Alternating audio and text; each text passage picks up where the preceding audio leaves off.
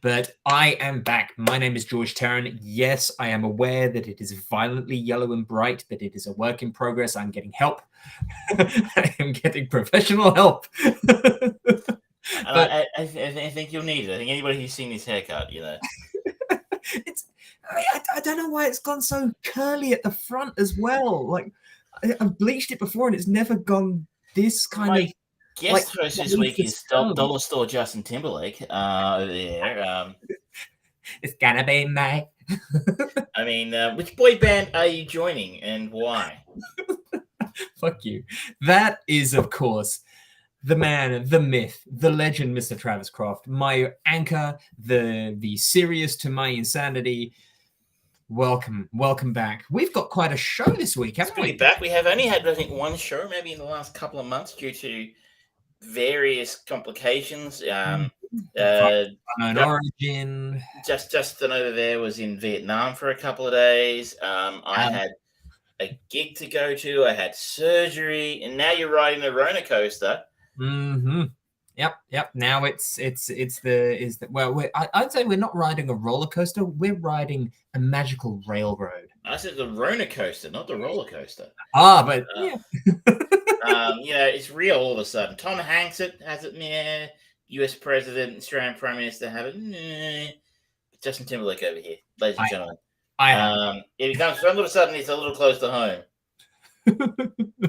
Ironically, I did have a friend who heard that I had COVID and just said, I need to come and get it.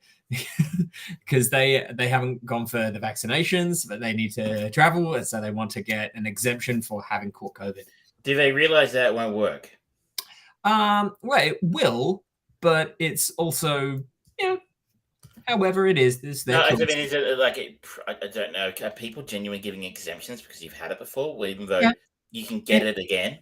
You get a 3-month window. If you've caught it and you're not vaccinated, there's a 3-month window. That said, if you're not vaccinated, do you ever have an exemption? Yes. For not getting the vax? Yes. But they want to get it anyway? Yeah, because they want to be able to travel. But never mind. Okay. Anyway, hopefully their sake. It sounds like a bad idea. But it is good to be back. A lot's going on. Really is. But Batman 2 has been given the green light we've seen today. It is not surprising at all. Not surprising considering it made all the money, despite the fact it was kind of average.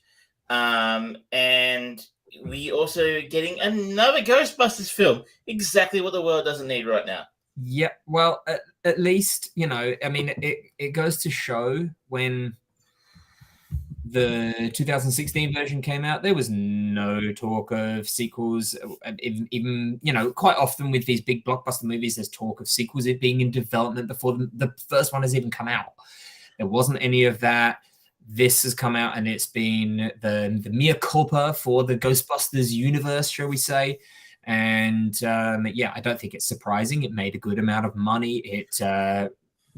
It put out a lot of fires, shall we say. I'll be interested to see what see what happens next. I'm not remotely interested in it. I don't need it. I didn't really. I mean, I think if you remember my view, the Jason Reitman one was passable. It was fine. As opposed to be utterly reprehensible 2016 just abortion of a film. We're talking sequels about that, by the way, before they came out. Remember, it was going to be the Ghost Corps. So it was going to be a whole cinematic universe based around the Ghostbusters. That's why they called it the Ghost Corps. Yeah. So they were going to make sequels. They just did so badly that got shit canned. So I mean, they're probably just picking up that idea that they were gonna do with the Paul Feig film and actually just to plug it into the Jason Reitman film, but it was pretty derivative and full of fan service, and it wasn't good. It did it fine. I mean, I'm not gonna hold it against it as a pre-existing franchise. I guess you call it a franchise after when it has 2 or more movies now. And the cartoon. But they want to still be able to get money out of it. This is Sony, and they want to get money out of everything, and they do that. So if this was their Force Awakens. Yeah, no, I mean, they haven't got much to work with. I mean, Their Sony products are a bit hit and miss. I haven't seen Morbius. I'd like to, just out of curiosity, but apparently it didn't do very well. So, but yeah, so I was a bit interested. I was not surprised either to see the Batman get a sequel. I was surprised to see the Ghostbusters thing get a thing, but they get another film. But you're right. Sony don't have a lot of things to play with right now, and that's one of their more reliable toys, as long as they don't stray too far from the formula, apparently. Exactly. And we'll see what happens next, I guess, because now that COVID is kind of in production company rearview mirrors, it seems we're getting a lot of projects being greenlit suddenly, and people are pushing as much and as fast as they can. So we're going to be inundated, I think. Well, it's interesting. I don't think there's been a film come out since the Batman that made me go, "Oh, I need to see that." It's becoming. I like to go to the cinema a lot, but there's a lot less things that are making you want to go right now. Like, so you sit down, look at it, and go, "It's the same films that were there 2 weeks ago." It's sort of we talked about this a couple of years ago when COVID first landed. It was going to thin out releases, and it's almost like they're sort of becoming. It's almost these tentpole things here. The next one I'm probably going to go see is Doctor Strange 2. So, which has got a lot riding on it, frankly.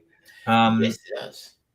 It's juggling a lot of balls, but so far Marvel haven't really made a bad movie, and there's TV shows though. That's different. We're starting around a few things that should we actually get on with the show rather than the show?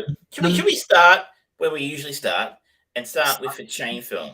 Yes, let's. I know you were super excited to get to watch this, and I know you must have been thinking about it the whole time you were on holidays in a beautiful, foreign country, experiencing a wonderful different culture. You're like, I can't wait to get home and watch a Pam Anderson helmed superhero film from the mid-90s. That's right. We are talking about Barb Wire, the 1996 Pamela Anderson blockbuster during the second American Civil War in 2017.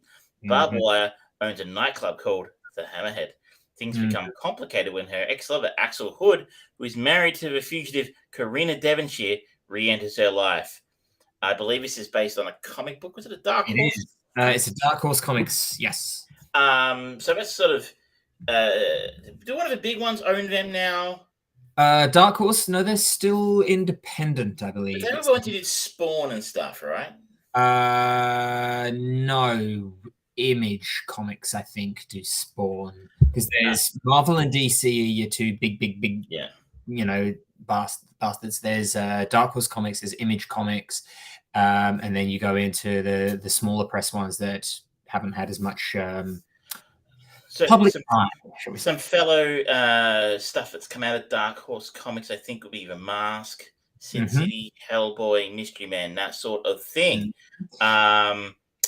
300, there you go. So some good stuff has come out of Dark Horse Comics, and I was inspired to choose this as the chain film this week because of the miniseries that's running on, is available on Disney Plus here in Australia, Pammy and Tommy.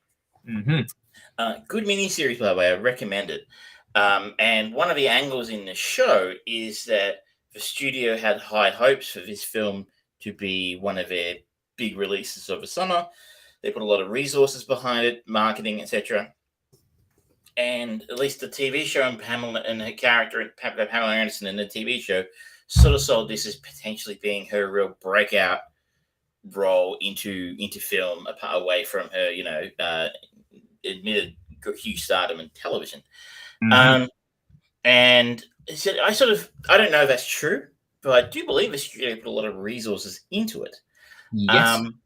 When you sit down and watch this, you go, who exactly at whatever studio it was, I don't remember, thought this thing was going to break through and be a huge smash hit and introduce Pamela Anderson to the world as a big-time movie star? Because it's fucking terrible. Yes, it is. It's terrible. It looks terrible. It looks cheap. Like, I don't know what the budget on this thing was, but it was We have a $9 million budget in 1996. It doesn't look like it. It looks like it had a quarter of that. It's shot in about 4 locations. It could have been shot in one dock.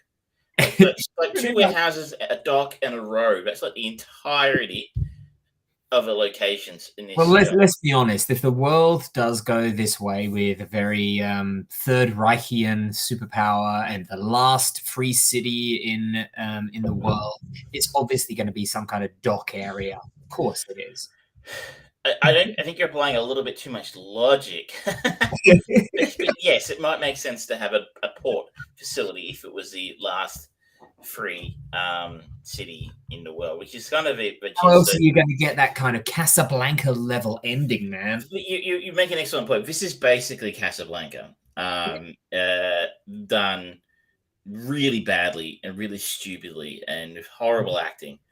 I don't know if that's what the comic book was going for. I imagine have you ever had a look at the comics? I have.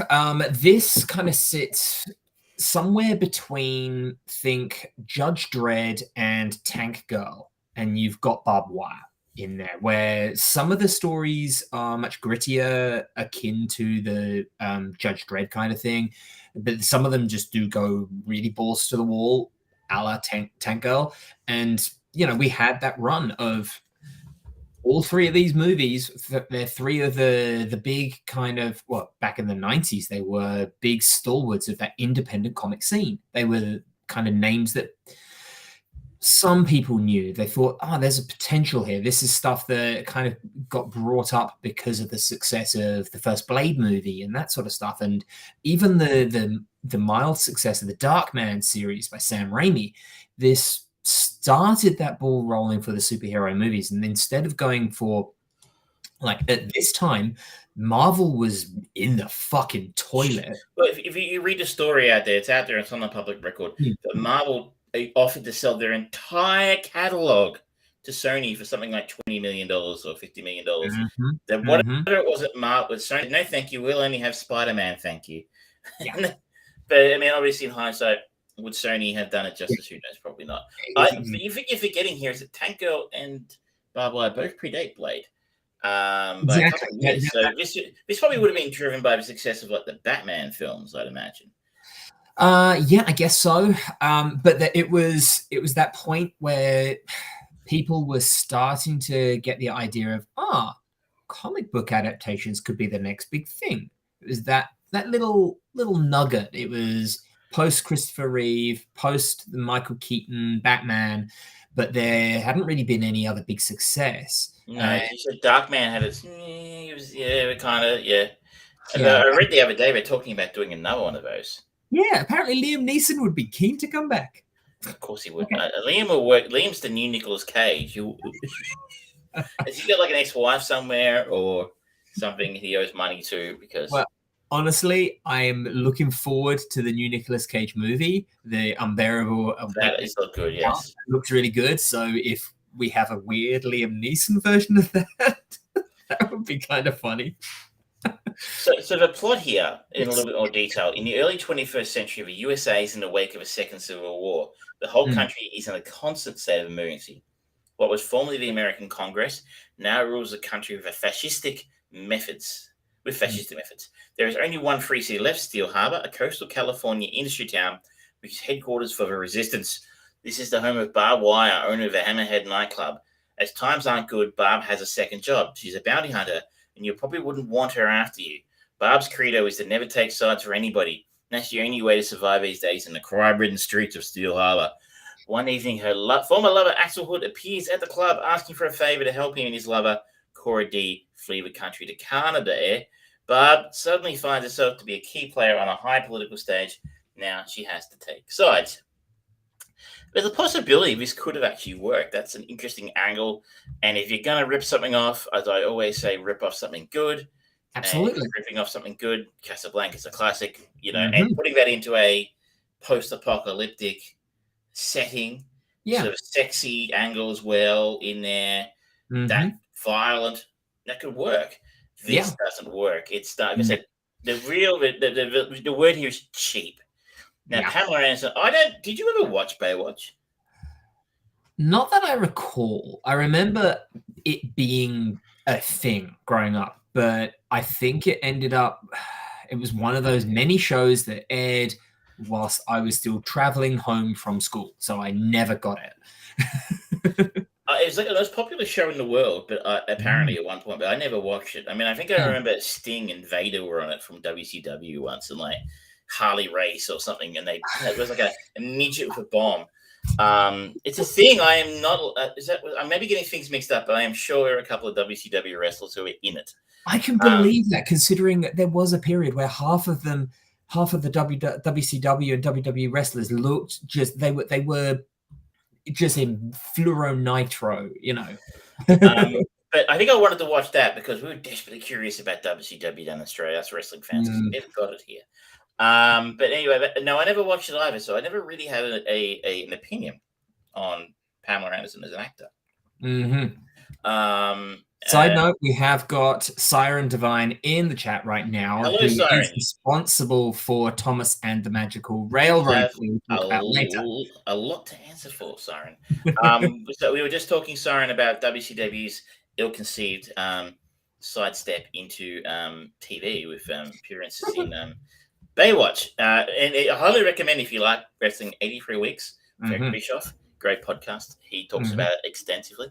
And I love the way he was like, you say, being completely indefensible at the garbage that they put out like this. And they're like, no, actually, it was a really good idea at the time.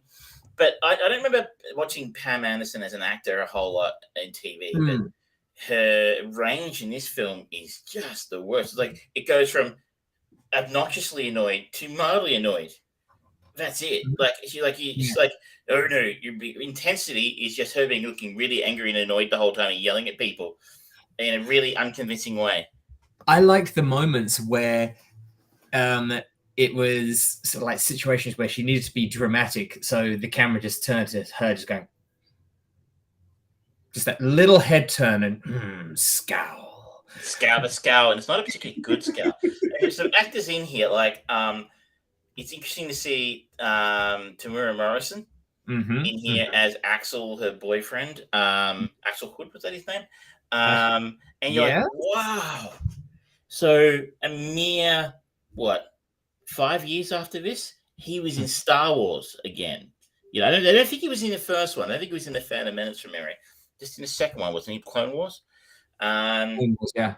So 5 or 6 years after this, just a couple of years before this, he was in an Academy Award-nominated film, That Once Were Warriors. Yep. And a few years after this, he's in Star Wars, and now he's a star again because he was in Boba Fett, And you're like, well, I guess everybody's got to slum it sometime, but he was fucking, he was slumming it. And, of course, the wonderful Xander Berkeley. He shows up so much. He's probably the most common denominator in all of our movies. He's just everywhere. He is a rash on Hollywood. I remember, I think I've talked about it before. There was a documentary. It's really hard to find now. I don't know where I saw it a few years ago called Aren't You That Guy? And he was in it. And it was all about guys in TV and movies who played for one character and like a really familiar face and had people come up to him on the street all the time and go, hey, aren't you that guy? And so no one could, I tell people, I reckon we go down the street and go, do you know who Xander Berkeley is, the movie star? And they go, nah. You show people his picture, they'll be like, oh, yeah, I know him.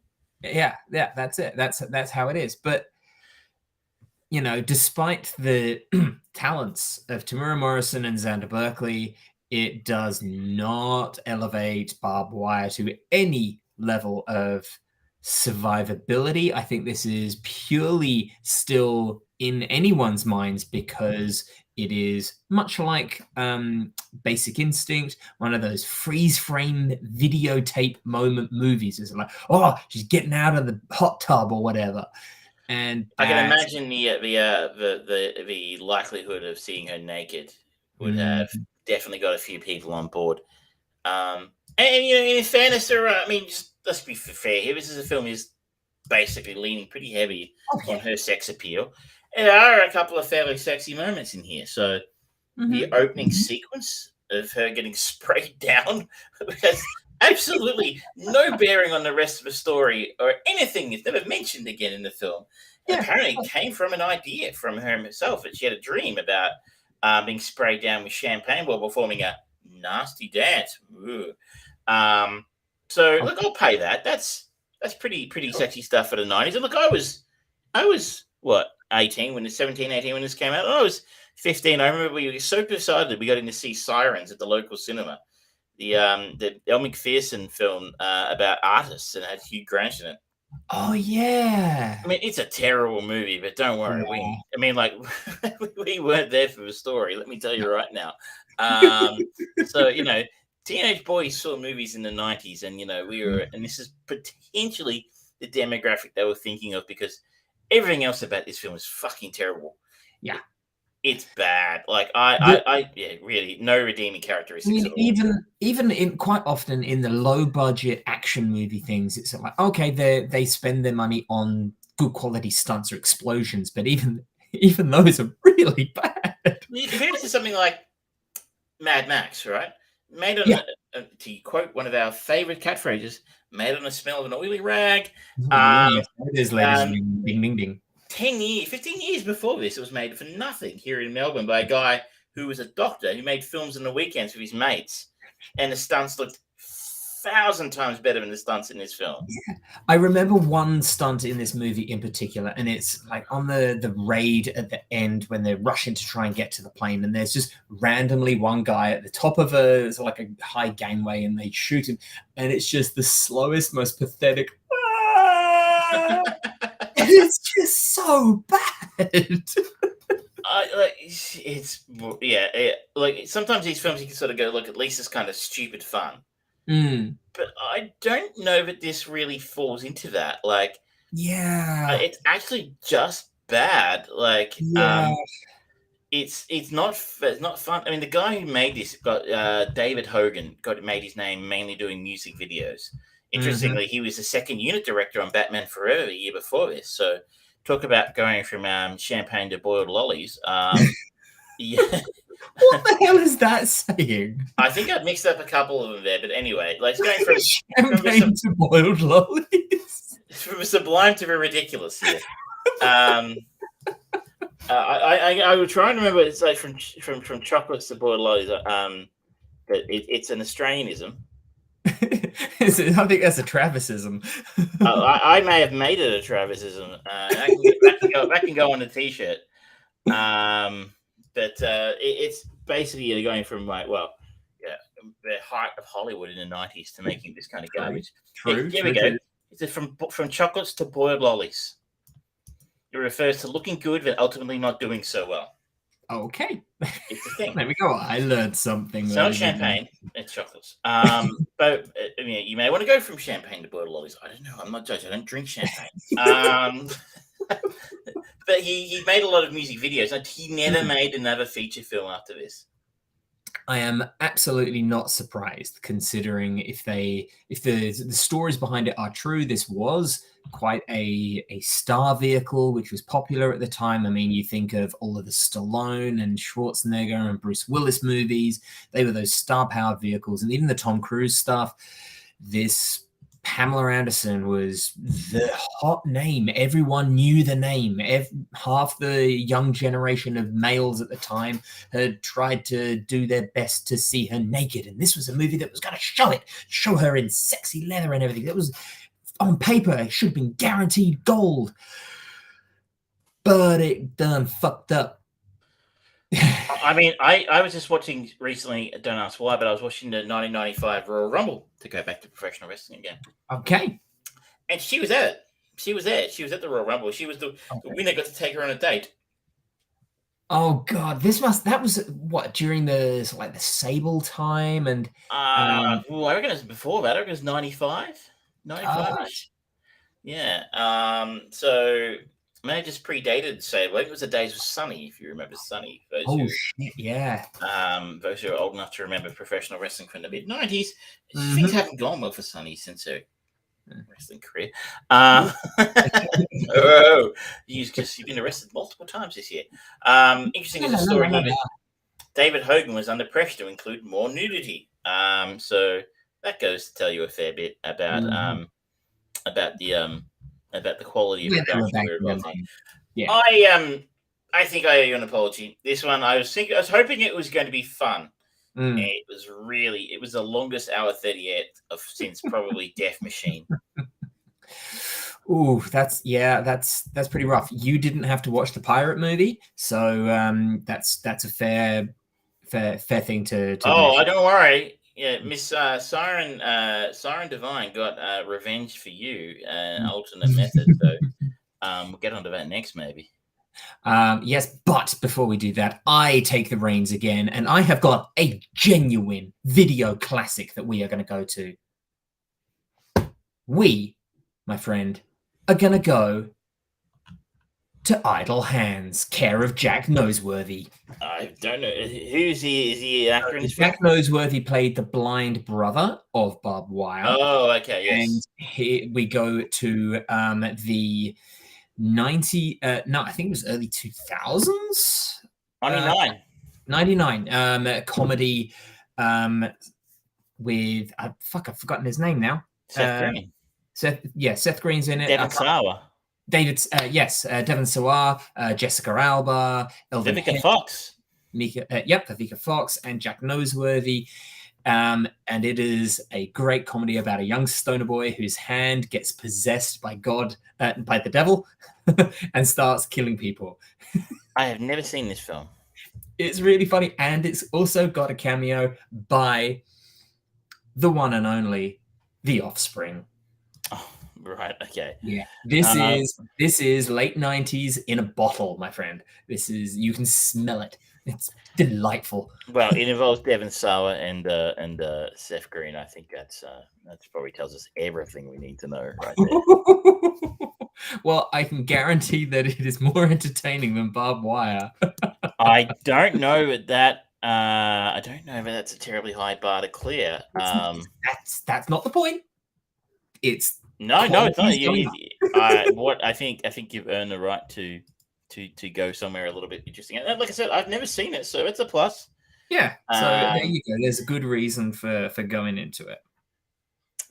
Fantastic. So that's Idle Hands next week. Available to stream around the place according to Just Watch. So yes, shouldn't be too hard to find. Unlike Barbed Wire. Should we actually spend money on? Yes. Yes. Should we just take a moment here, and just really get into our fan request? Mm-hmm. Yep. The Siren Divine has a cruel streak, ladies and gentlemen. She recommended to me and suggested to the podcast, and so we did it, as you can torture us as well. The movie? Can we call it a movie? I think it counts as a feature. It qualifies. The torture device. That is. I believe. This is what they use. This is the shit they use in Guantanamo Bay right here. I believe so. And this came out just 1 year after Barbed Wire. So maybe it's Barbed Wire's fault, and they needed to do the salty to counteract the sweet. But Thomas and the Magic Railroad, 2000 movie starring Alec Baldwin. This is actually 4 years after Barbed Wire, by the way, and 1 year before 9/11. 1 year before 9/11. Coincidence? I don't think so. It was an inside job, and Thomas was around. Dude, Thomas was responsible. He knew what was going on. You can see it in his fucking eyes. I empathized with Thomas in this whole movie because he constantly has this look of what the fuck is going on? Am I on an acid trip? And that's how I felt. Acid would have made this potentially more fun, but even then it could have been a stretch. So not only has it got the talents of Alec Baldwin, but it has the legend Peter Fonda in it too. In the most none of the roles are useful. It's this film.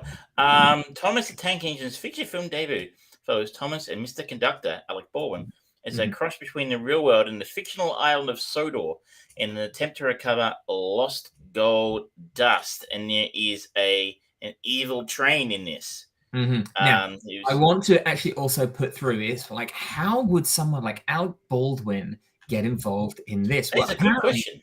He actually narrated the US version of season 5 and 6 of Thomas the Tank Engine. So there's connection there. He has a love, an affinity for Thomas the Tank Engine. So curious little point. Why couldn't he shoot somebody involved in this film? I mean, they've done us all too soon. Maybe the writers. Like, I mean, I was like, okay, look, this is gonna suck. Like, I mean, after the first 5 minutes, this is quite obviously going to be purely an awful experience. And then at 20 minutes in, the singing starts. Yeah, that was entirely unexpected, Siren. You did not mention that element to me at all. You will pay. You will. I mean, I think this has been a useful exercise. I mean, if nothing else, from here, we will still take, as George, as Justin over there kindly pointed out to you, that we will take fan requests. If you want to torture us with something and hear our review of your film, we will do it. We're happy to do it, but we need a story. Like, no, not a story in the film. That would be helpful, but I mean, obviously the fact that we watch this shit tells you, and Barbed Wire tells you we're not overly picky about story. But what we do require is your story. Why do you think we want? Why are you interested in hearing about it? Like, there's a room. I'm like, okay, it's a piece of shit, right? I felt really funny, but like, tell us why you love it. Like, what is it about this film that you're interested in? So let me try, and the reason why I offered it up care of Siren is the way that she pitched it to me was how dark and twisted the Thomas the Tank Engine universe is. Prime example is there was an episode or something like that. I'm probably going to get this wrong, Siren, so tough luck. One of the engines gets scared of a thunderstorm and so hides in a tunnel, and the back controller is trying to get him out and won't come out, so he just bricks it up. They're like, okay, you just bricked someone into a fucking wall. That's terrifying. I don't know if you'd call a sentient train engine someone, but whatever. This is a fair world they are, Travis. That said, I am 110% on board with a Blumhouse reboot of this. Like, I would be all over that. That would be the shit, man. That would be amazing. That would be worth seeing. This is saccharine garbage right here. As opposed to Sydney, which I was in Sydney in the weekend. It smells like salty garbage, but this is saccharine garbage. James is alive and breathing in that tunnel, and he's just waiting. This is the genesis of the Blumhouse production. He waits. James doesn't. All he does is waits his chance to have revenge. So we've got the title. James Returns. That's all it is. Just eponymous, and just the teaser trailer for it is just that brick wall just slowly coming down, and maybe a couple of just the eyes coming through. Just these like bloodshot eyes. He's kind of become rabid. There is a video game coming out about a killer train. I think I've seen some shorts of it this year. It looks pretty good. Look at Vampire Killer Train. I kind of feel like if you have the problem of a killer train, your problems aren't too bad, because it's like, oh well, there's a track there, so I'm not going to go there. Yeah, it's a survival game called Choo Choo Charles. No, it's the show is off the rails. It's legit, like it's a thing. Choo Choo Charles is from 2 Star Games. Navigate an island in an old train, upgraded over time, and use it to fight an evil spider train named Charles, who terrorizes your home. Charles is hungry. Don't be his next meal. It's apparently coming out on Windows, maybe. I'm not sure, but it looks sick. You can see the trailer on YouTube now. It's on Steam. You can put it on your wish list. What's that called? Choo Choo Charles. Choo Charles. Siren says, unless you actually watch the next episode straight after, you were left as a kid thinking you'll never see him again. You've got a very vivid imagination.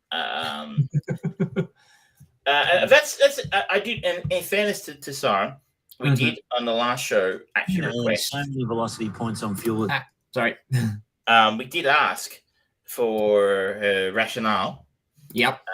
As to why she liked this film and why she was interested in seeing it. Now you're gonna have to correct us here, Siren, if you it was a while ago, but I think you used to like this film as a young person, and I think that might be your get out of jail free card right now. If you just tell me you haven't seen it since you were prepubescent, then I might forgive the fact that you haven't realized that this film is hot garbage. I just put the link to the trailer for Choo Choo Charlie in the chat as well, ladies and gentlemen, so go and check that out. But I think this was hard work. Yeah, this was hard. I still don't think it's the worst movie that I've watched. Definitely, I would rather watch this than try and watch all of Chicago. I like Chicago, right? I mean, the songs were good. I haven't seen Cats. But then again, you did watch the pirate movie, and the real question is, better, worse? Better than pirate movie. Wow, there you go. Hot take. Yeah. Straight from the horse's mouth over there from okay, she watched it a few months ago. Then I am sorry. I can't defend you. I can't defend your choice here. We are going to need a cleansing, I think. A cleansing. So look, we did it. We delivered as per what we said in the box. We would watch this garbage. So if you have a recommendation, put it in the chat. Chuck it up there, and we will find us on the Facebook. You can find George on Twitter at The Fried Brain. Yes. I'm at Evil Trav on Twitter. I think we haven't been banned yet by Elon. Not yet. Give it time. But, reach out. You can find us in a bunch of different places and tell us what your request is, and we will watch it. Yes. But as I said, but you right have now, to give a reason. Give us a reason. Give us a story, like a paragraph about what you enjoyed about this and why you think it's going to be interesting for us. Even if it's like, haha, you're going to hate this, but this is why I love this. Yeah. Look, watching Alec Baldwin in the kids' movie is just hilarious. Heck, you could even make it a drinking game. See, now I was thinking the same thing, and then he started singing, and my patience wore extraordinarily thin. I'll tell you something, though. I was surprised to see the young actress who played Madeline, Mara Wilson, in something that wasn't just that, because I have never seen her in anything else. Apparently, she's just Doubtfire. And Matilda. It's her. That's not Madeline, Matilda. That's what I was thinking. And Miracle on 34th Street. I mean, and she's also never watched Miracle on 34th Street. The original? Not even the original? Not even the original. No. Christmas is dead to me. I've worked retail for too long. Yeah, I know, but as a kid, though? Not that I remember. Damn. Yeah. For me, the only Christmas movies that you can watch is Die Hard, and then there's Muppets Christmas Carol. Fair. I always enjoyed Santa Claus the movie with Martin Short, I think it was. Oh, yeah. That was just bleak with John Lithgow as BZ. Is it or Scrooged? with Bill Murray. Yes. Who's unfortunately sound like he might be about to be Me Too'd. But of course, there's also the wonderful Bobcat Goldthwait in that too. Yes. Well, there's Dudley Moore was the actor I was thinking of, not Martin Short. Dudley Moore was in Santa Claus the movie. I don't think many people got that. I remember digging it. Anyway, I think that's enough said about this giant smelly turd of a film. I'm sorry you enjoy it. Sorry, I think you. I'm glad that you enjoy it, Siren. I'm just sorry that I had to watch it. I'm not upset. I'm just disappointed. Now, shall we do a quick catch up with Moon Knight as well? Let's. You have questions, Siren. Questions? What are your Fred questions, Claus. So we have Fred Claus as the best Christmas film. I have not seen Fred Claus. That's the one with That's the animated Vince one, Vaughn, isn't it? Wait, what? Which one's Fred Claus? It's the one with Vince Vaughn as Santa Claus's brother. It's got Vince Vaughn and Paul Giamatti in it. Ah, yeah, I haven't watched that one because it's a modern Christmas movie and therefore probably bad. But Shelley, tell us what why? Yes, I would go with Bad Santa. Bad Santa's funny. The first one. Okay. But anyway, maybe it could be Vince Vaughn at the height of his powers. I'm not sure. Maybe. Paul Giamatti, good actor.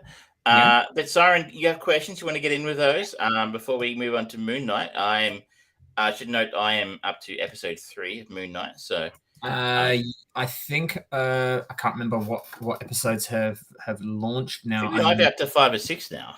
Yeah, I think we're up to 5. I've watched 4. I haven't watched 5 yet because we're doing the show, because that is more important than watching Marvel TV, frankly. Family drama. Fred is jealous of his brother Santa, but the real Santa is unhappy. So it's the darkness at the heart of Christmas. I love it. Okay, so Siren's first question is, what did you think of Lady? She was the first new engine introduced in a long time. It was a big deal at the time. Well, I don't think that this movie passes the Bechdel test. Is that what it's called? It is. Yeah, because there's heavy dick action, and everyone's talking about the size of their engine. It's disappointing. This is not a pro-female movie. It's disappointing, and Lady is just a token. She's not given any background, any story development. She's just there, and then she's helpless when she really the Smurfette of the Thomas the Tank Engine universe. Really true. But I think Smurfette kind of gets more screen time. I haven't seen any of the Smurf films, so I couldn't tell you. Let's be honest, they're not willing to show Lady in this movie until she's had a lot of work done. Take that, patriarchy. It's just another smackdown. Okay, her next question was, what is your favorite part? My favorite part was the end. Yeah, I would agree with that. Hitting that exit button. Oh, I did actually momentarily enjoy the voiceover right at the very beginning of Alec Baldwin, because he sounds so hopeful and so welcoming and accommodating. It's like, okay. And then you realize that he's the Pied Piper leading you off the edge of a cliff.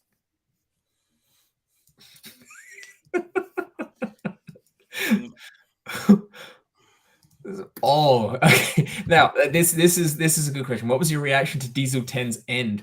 I thought that they were just going to drop him right in the drink and just let him drown. And I would have been so happy about that. But I'd like to try Gold Dust. I don't know, man. I've not been a big fan of Dustin Rhodes for a long time, so. Yes, that's a wrestling reference. There's another wrestling reference. It's all happening tonight. Codependent wrestling show.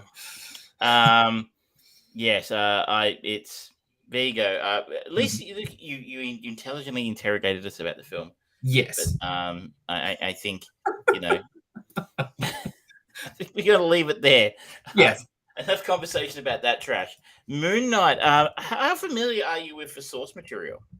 I know nothing about this. Like I said at the very beginning, there was an article or something that I read, and it was like when Moon Knight got reinvented in the early 2000s or the mid 2000s maybe, and there was something about him just being a gay version of Batman for the Marvel universe. I was like, okay, don't know anything about it. I don't read Marvel, so I just left it. And then this is definitely not a gay Batman, so I don't know where that came Is the from. character actually gay in the comic books?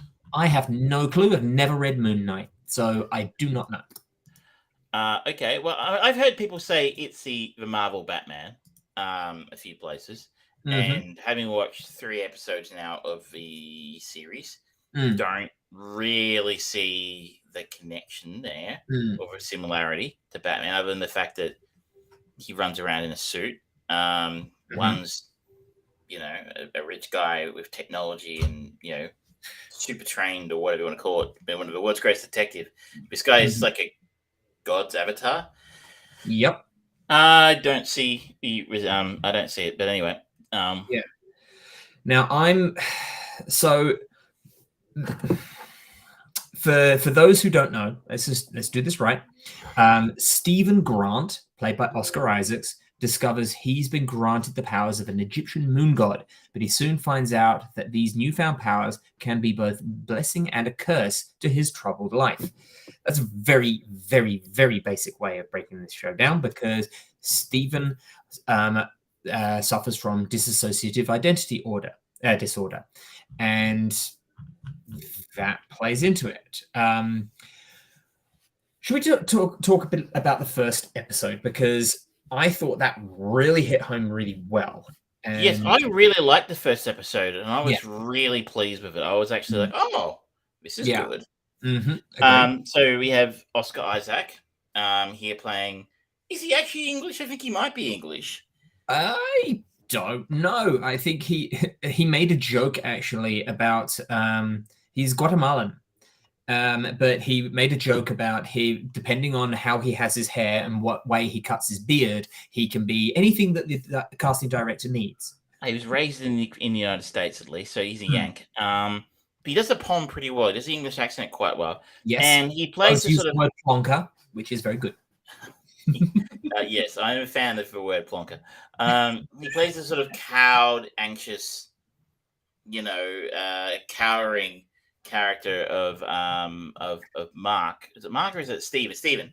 Yes. Quite well in the first episode as a sort of nerdy, lowly apparatchik at one of the British museums. Is it Museum of Natural History? I can't remember. Yeah. Whatever it is. He was in the gift shop. It's the Natural History Museum. I've been there. I should know. And he's having these very confusing episodes where he's waking up in a different place, with no memory of how he got there, sometimes covered in blood and things like that. And, holding things he doesn't know what they are or how we got them. We meet, I think the standout of this show in the first episode is Ethan Hawke as Arthur Harrow, who seems to be always brings it at the head of some sort of bizarre cult. As we find out later, he's also kind of representing a god. I don't know if he's the god's avatar per se, but he weighs people's, whether they are good or bad, and if they are bad, he will see to it that they are. And the crux of that one, the difference, because there's similarities between Moon Knight and what Arthur Harrow does. Moon Knight kind of is vengeance after the fact judgment, whereas Arthur Harrow, he judges your entire life from beginning to very end you could end up becoming very horrible, and therefore you are judged as bad before you've even done them. It is pre-crime from Minority Report. So it's an interesting adventure into morality and predestination, I guess. And that seems like you're setting up a really interesting angle between these two. So we learned that when Stephen, maybe you learned in this episode or the next one, I can't really remember now. But when Stephen is blacking out, losing time, his body is being occupied by a character named Mark Spector, who is an American who goes around, who's an assassin of some kind. We see like special forces or something. It's not real clear about it, but he knows how to handle himself. He's a Jason Bourne-esque character, and he's acting as I mentioned it a couple of times, the avatar for the Egyptian god Khonshu. So in other words, he does Khonshu's, as you sort of mentioned, Khonshu judges somebody as being wicked or evil or deserving of punishment. Mark is the person who delivers that punishment. And it's sort of almost seen as almost the Faustian pact he has with Khonshu to deliver this justice until he's freed of his obligation or something like that. F. Murray Abraham voices Khonshu. I'm not sure we see him in this episode or not, but I thought that voice sounded familiar. Not the first episode, but yeah, I love F. Murray Abraham. I think he's done some great stuff, and he knows how to play a character well. The the MCU is getting really big and really broad, and because of the Eternals, which are kind of demigods, and then you've got the Celestials, which are essentially gods, and now we've got a show that going into the like episodes 2 and 3, you really do suddenly realize, oh, there is a legitimate pantheon of gods. So how do they stack up power-wise to everyone and everything? Yeah, is there like Thor and Loki? Do they get into that action? Do they is there like a god conference every couple of years? They get together in a Club Med in Cancun or something and just drink margaritas and have a talk about the priorities over the next. Well, no, what they simply do is they're just like, okay, so how many followers have you got this year? How many have you lost? Oh, that's tough. Why did you get aligned with the good boys? Oh no. Have you considered buying a social media network? That worked for me. It's I guess and then the second episode. So I think the second episode is where we see the suit, if we will. The second episode is called "Summon the Suit," and this is where we see the famous, if you're a fan, Moon Knight suit make its debut. And for me, it was a massive step back. Episode 2 and 3 have been massive steps backwards for me over the first episode. I was really excited about the first episode. Me too. I watched the third episode last night, and I really struggled to get through it. So without going into any spoilers, episode 4 brought it back quite a lot for me. And I'll be watching episode 5 after the show.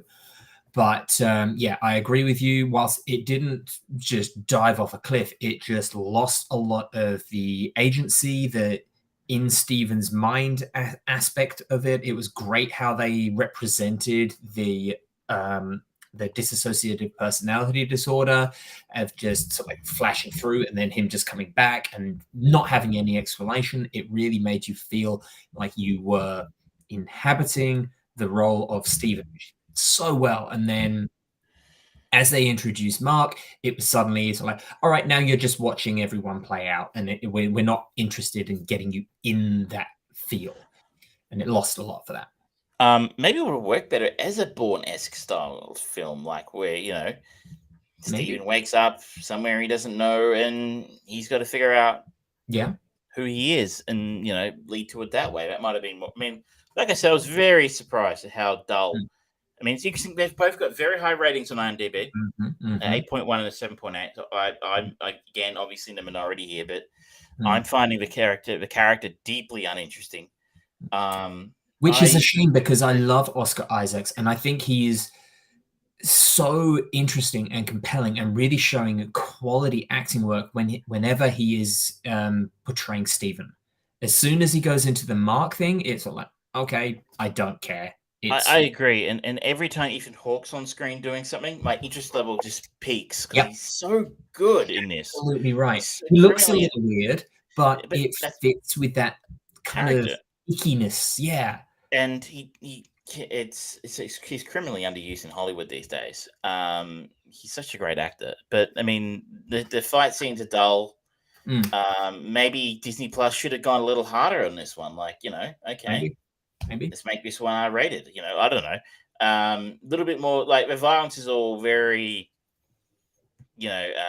touchy. Not very. It's all very hands off. Like, let's not get too gross in this. Like, I maybe I wanted a little bit more of a boys in here, something like that, as opposed to just the standard, PG Marvel stuff, which I guess has made its name on. But it's your fucking network, guys.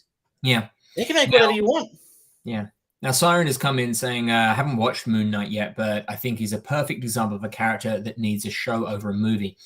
And she's followed that up with, he's so complex that it needs the slow burn to get the background and plot across. I think that's absolutely right. I think if they were going to try and deliver a pantheon of Egyptian gods, multiple personalities in a movie, that would be a fucking mess. So they've chosen the right, because apparently this is just going to be a mini series. It's not going to be ongoing or anything like that. Like Hawkeye was just a mini series. I love that we are getting back to that mini series thing, and I hope more people do use it because it is a lost art. It does give as Siren suggests, that opportunity to do the slow burn and just go into things a little bit more. But the important thing is you do have to pull it all back together and keep some level of consistency going. I think that anyone who looks at Zack Snyder's Justice League and goes, oh, that's such a better movie than Justice League. Well, yeah, it's almost twice as long. Chances are it's probably going to be better because so many more story elements are explained and given time. It would never, if Zack Snyder went back and tried to edit and do a theatrical version of his Justice League, it would still be a fucking mess. We said this at the time. It's a 4-hour film. How do you squeeze? No, he was never getting 3 hours in that film. You get 2.5 max. See, let's see Snyder squeeze that film into 2.5 hours and have it still be anywhere near as good. It wouldn't be. And Siren goes in again, saying perfect example is how DC treated Cyborg in Justice League. There you go. Yep. Great minds. I'm not objecting to the fact that like the Moon Knight character may deserve a TV show. As opposed, you're right. I mean, I think we might have had this conversation about the Eternals. It should have been a TV series because it was just so long and convoluted and just bad. But you didn't get any chance to actually explore know who these characters are or care about them. Maybe an episode for each of those characters. You might have gone by the end of it, and you get the big blow off in the last episode, and you spend an hour with each of these people, or half an hour, whatever you want to make it. You would have had a little bit more love. So I'm not objecting that this is a good way to introduce a character, but 2 filler episodes. And that's what these for me. Episode 2 and 3 were absolute filler. It was exposition dump. It was just like, okay, we set this thing up. Ooh, we've got cold feet. We need to explain it. So like, no. You don't need to explain it. As long as it's explained by the end, that's fine. You have hit us hard, hit us well in that first episode. Trust in your abilities and just let the story progress from there. You don't need to stop the whole thing to go, let me tell you what this is all about for the next 25 minutes, and it's going to be boring explanation. But I think you hinted at it before. We were entering an interesting phase of the MCU because you're right, hasn't put a foot wrong until now. But now we're starting to come to some pretty ridiculous concepts, which is fun. Comic books are full of ridiculous concepts. Yeah. That's what they're all about. But I kind of was thinking to myself, when I chose the original Avengers, we almost chose, and this sounds ridiculous considering how crazy the characters are, the most down-to-earth set of Marvel characters to start their universe with, Yep. Could a man legitimately build an Iron Man suit? Maybe. And I'm sure Elon Musk is working on it. It wasn't beyond the crazy realms. There was no supernatural characters in there, right? Like, apart from Thor, I guess. Yeah. It just said it was. They just kind of like, don't mention the war, but he's actually a living god. So now we've got the Eternals, which are demigods. You got this guy who's working for a god. They're starting to come up against some really hard concepts in here. How do you sell, as you sort of mentioned, this guy works for a god, but is he equal to an Eternal? Is he stronger? Are they stronger? Like, how does Khonshu stand up against the big horny guy from the end of Eternals? Yeah. Like, who's better? Like, and there's like I can't remember if it's episode 3 or episode 4 that it happens, so I won't go into it, but Khonshu does a display of power that everyone on the planet sees. So it's like, okay, so clearly they have a power capable of something equivalent to the snap. So that's what it. There is so much required reading for Marvel movies now. You're right, and so it's going to be. I assume the intention here is to then transition Moon Knight into the films, which hasn't been done yet, by the way. No one's ready. So we've got to transition discount Captain America. We've got to transition discount Hawkeye. At some point, they're going to transition dollar store female Hulk, She-Hulk. Yeah, I've had some problems with that. Okay. So we got to transition all of these, and now we got to transition discount Batman into the movies somehow. Like, and what if you didn't watch the show? that's going to be an interesting challenge for Disney. Well, apparently they came out a couple of months ago and said there's not going to be another Avengers movie. So it's like, okay, so it's just going to be random crossover movies to explain things like Doctor Strange having Wanda in there and having America Chavez in there and things like that. Okay, sure, but you set what? Why have these continue? You just it's just getting confusing now. It is. Look, I'll probably check out the rest of it. But I haven't loved it all to date. I'm not really excited about it. Yeah, me neither, honestly. Apparently, Siren thinks that Elon Musk has got 10 Iron Man suits already, most likely, and that they're leading to new Avengers or young Avengers. And I don't like the taste of young Avengers on my tongue. Yeah, the Avengers version of the Muppet Babies, Oh my god! If they did a What If episode in the style of Muppet Babies, I would love. I would be 100% behind watching that. I would love that so much.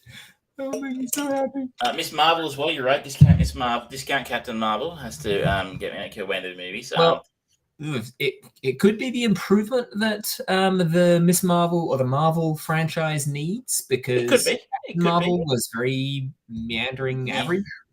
I just thought that the trailer was made for children, so unless they're going to start making children's films, it'd be interesting to see how they transition her into an adult storyline of some kind.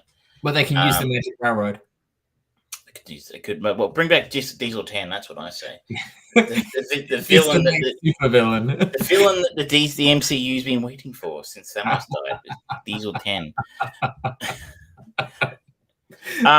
God. Can I just give a roundup on a couple other TV things that have been going on before we have our sponsor break? If for those who are regular viewers, might have been familiar with the idea that stuff that before we sort of took our little break, I was watching in particular the Apple series Severance.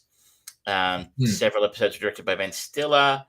It starred Christopher Walken, John Turturro, that other guy from Parks and Rec, whose name I can never remember. But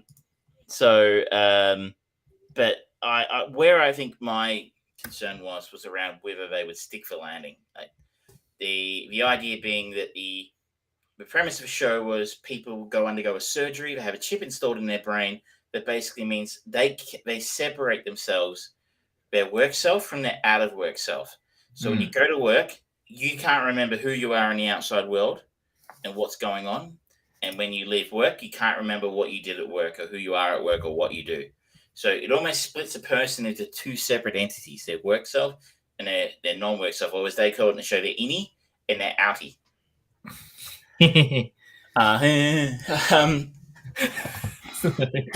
I'm a child. Yes. Adam Scott was the actor I was thinking of. Adam Scott. Okay, yeah. And that was an interesting premise. And there was a whole lot of mystery set up around, how it worked and, where they're going to be able to figure out what was going on, their innies and their outies. One of the key characters in the show was Helly, played by Britt Lower, who I think is a bit of a newcomer. I've not seen her in anything before. And she was sort of really resistant to the idea of, being an innie and wanted to quit, but her outie wouldn't let her quit. So I was concerned that this is going to be another Lost type situation. Or you remember Wayward Pines from a few years ago, the Shyamalan thing? Season 1, great.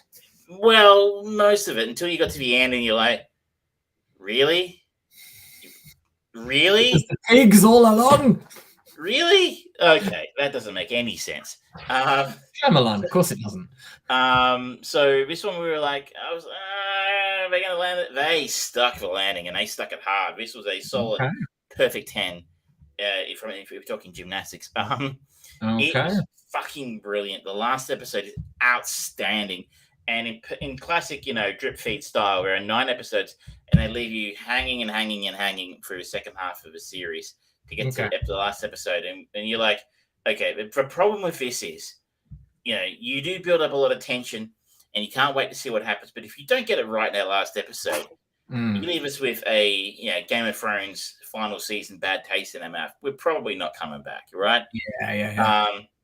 They didn't do this. They was like I don't think I've seen a show stick the landing as hard as these guys did for a very, very, very, very, very, very long time. I can't remember the last time. It was fucking brilliant. So if you are not watching Severance, you need to go down to the Hall of Mirrors, take a good hard look at yourself, and ask yourself why you need to be watching this show. Get your hands on this show. If you have Apple, if you got an iPhone, you probably got this. You probably get the subscription with your iPhone.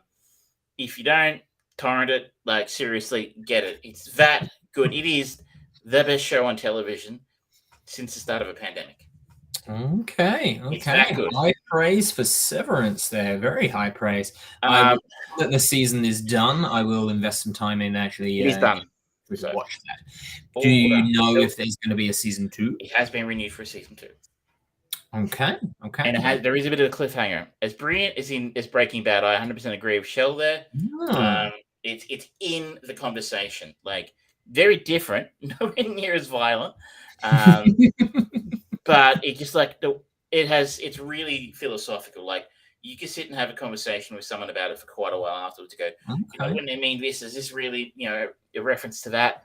And so without any spoilers for the season finale, do they kind of queue up storylines for the next season? Or? Yes. Okay. So they do. I don't know if they got it before the start of the show or what had happened, but they did actually is still not quite a cliffhanger, I don't think, but there's space for the story to continue in the next season. Interesting. So, and it was the first time. Right, as I said, Ben Stiller directed a lot of the episodes. He did not create the show. The creator is a guy named Dan Erickson, who has basically done nothing else. Wow! So that is amazing. Like, so this definitely smacks of someone who, if he's very, very fresh on the scene, he's had this written from start to finish, which is the way that any TV show or movie should be produced. Have it locked in so you know where you're going. And what a surprise, it delivered. It's a crazy idea, but somehow it works. Yeah. I would just like to also just quickly touch on the new season of Picard. I don't know if you've seen any of that. Not yet. I don't know where we were at before we stopped with our last show, but I was mildly okay. Shell says, I read the script, had been rejected quite a bit until Ben Stiller picked it up. That sounds right. It's not based on an existing IP. It sounds kind of high concept. They're a little hard to sell. And, a show about people whose brain gets separated between their work and their non-work selves. And you're like, I don't know, but that's a great, easy sell. But it's a bit like Star Wars, right? Star Wars was rejected by 4 studios before someone picked it up. They're like, it's too high concept. Really? But Severance is everything that is right. It can be right about the streaming world, whereas Picard is everything that's wrong with streaming. Oh, so season 2, same problems as season 1? Season 2 started better than season 1. The opening of season 1 was a shit show, and just went downhill from there. And there was 1 or 2 mildly redeeming moments at the end of a season, which were mainly fan service. Season 2 started like, oh, okay, this is interesting enough. It's not terrible. Like when you give me absolute garbage like we did in the first season, give me something that's like, not entirely garbage. Like, I'm mildly impressed. You produce some shoots of some roses that might be growing out of out of that compost heap that is the Star Trek franchise. And they go into a time travel thing again. You're like, yeah, okay, it's kind of been done. But after about the 3rd episode, you start to realize, hang on a second, everything that's good about this is good because somebody else did it first. Or it's an Easter egg, or it's a callback, or it's a reference, or it just reminds you of something that they did. there's so much Trek to get to lean on. Like it's all like so they go back in time. Basically, Picard, most of the gang from the first season, except for Space Legolas, who gets killed. Ladies and gentlemen, I don't know if I've had a show where Travis is just so salty. It's wonderful. They go back in time to basically the present day New York to stop something happening that ruins the future. Okay. There's the second scene where they're on the bus, and there's a punk. I might have talked about this. There's a punk on the bus with a radio playing the same song from Star Trek 4. And it's the same guy from Star Trek 4. And you're like, I really like Star Trek 4.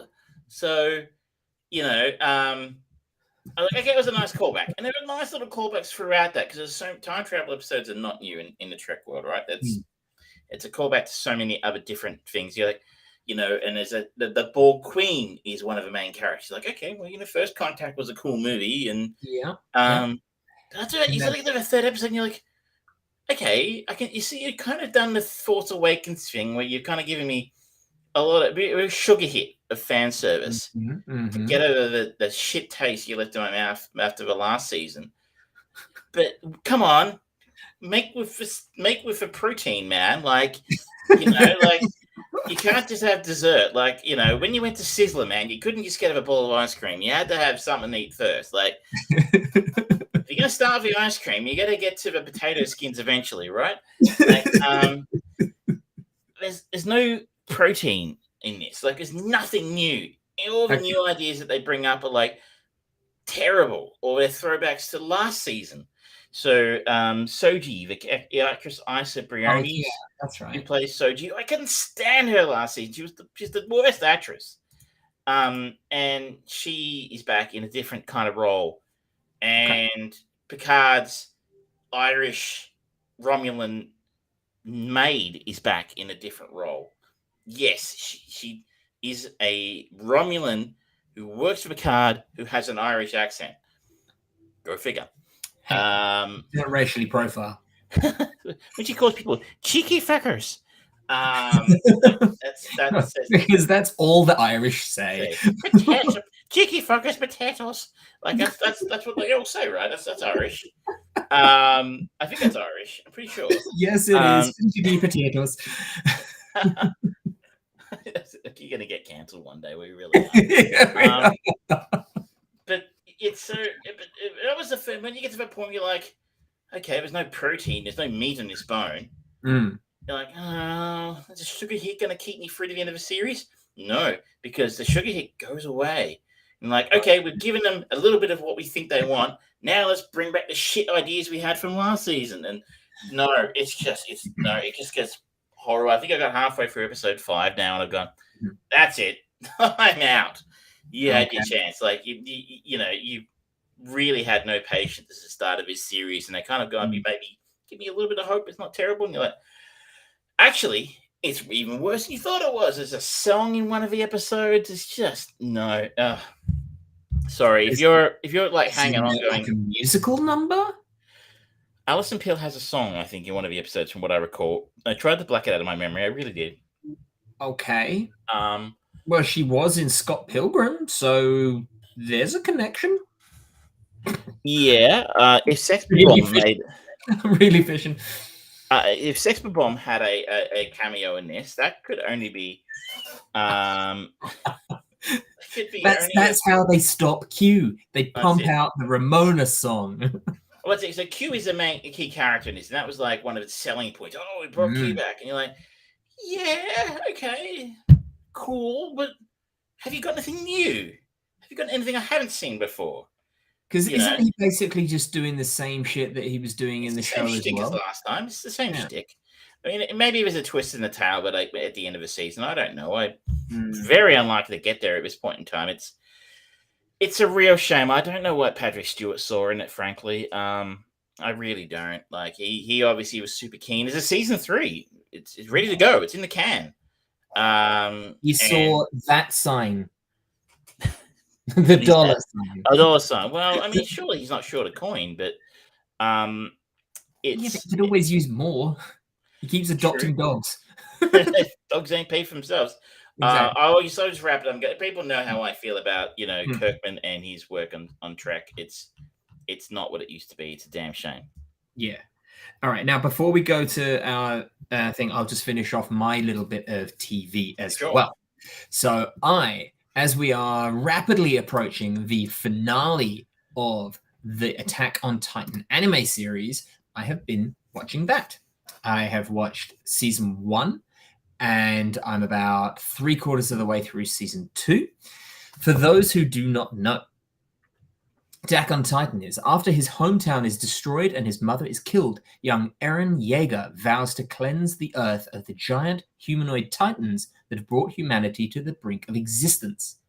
And this is kind of a quintessential anime in so many ways, where it sets you up in the middle of the action, which is a great place to start because you just get straight into the action. And within the first 2 episodes, you've got fucking shit going everywhere. Everything's going on. But in typical anime style, there's like, we're not going to explain anything until later on.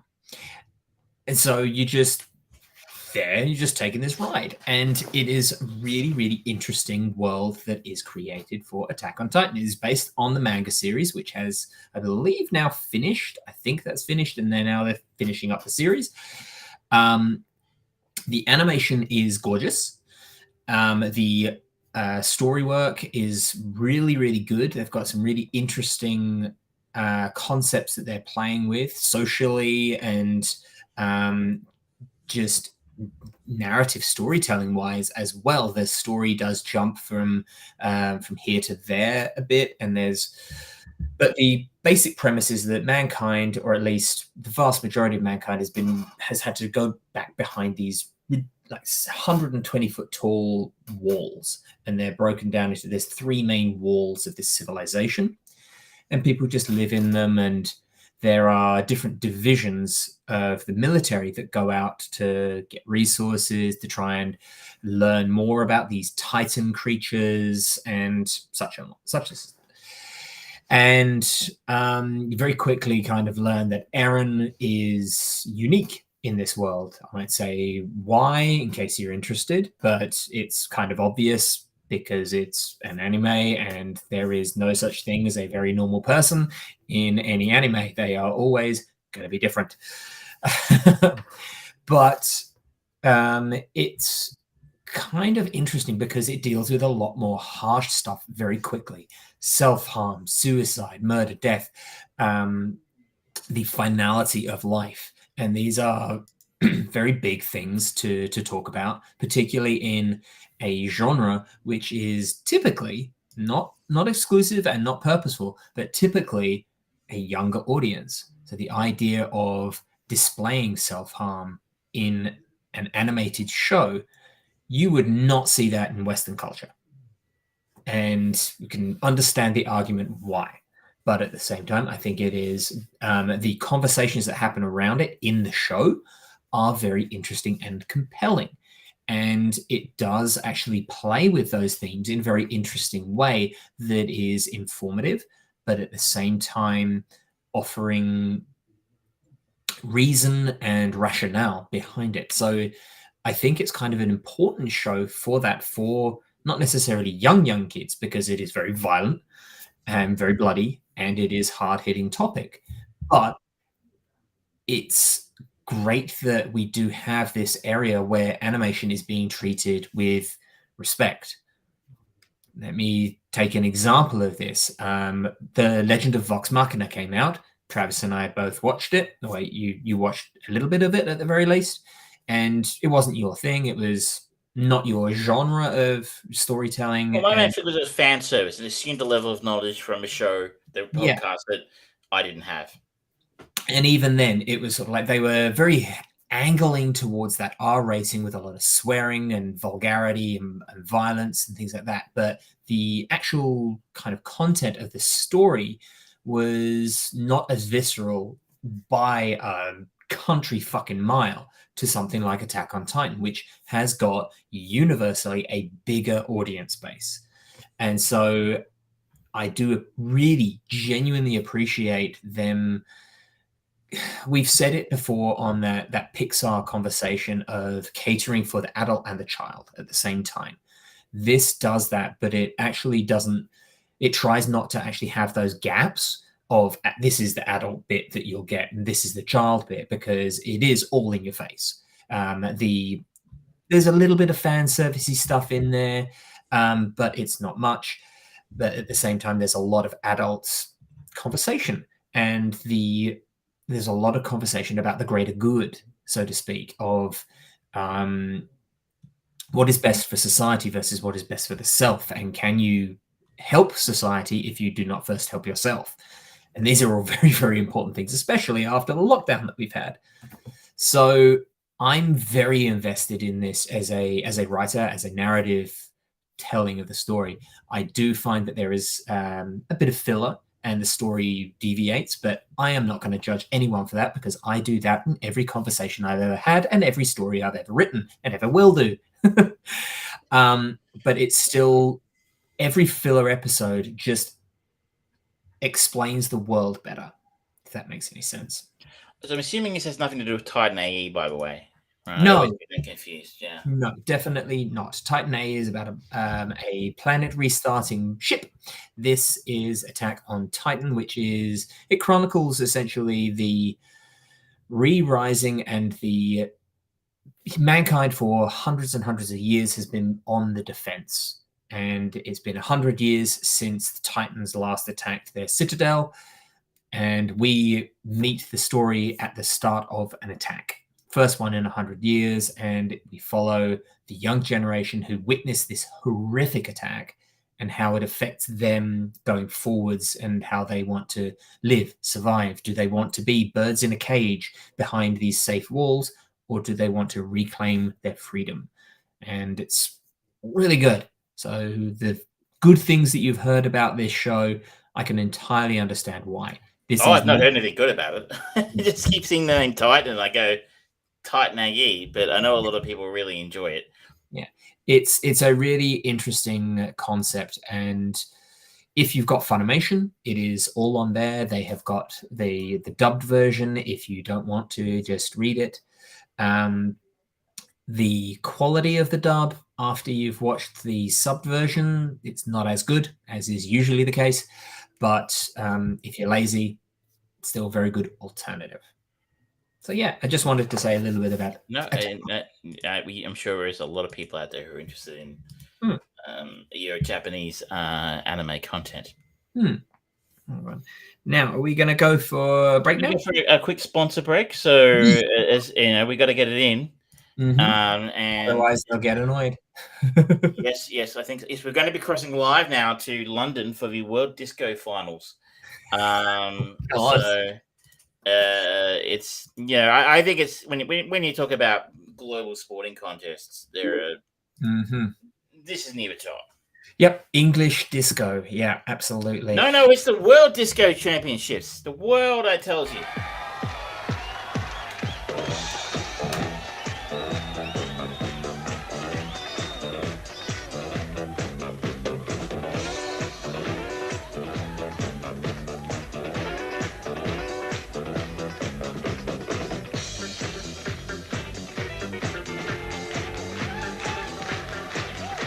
Ladies and gentlemen, London welcomes the world's top disco dancers.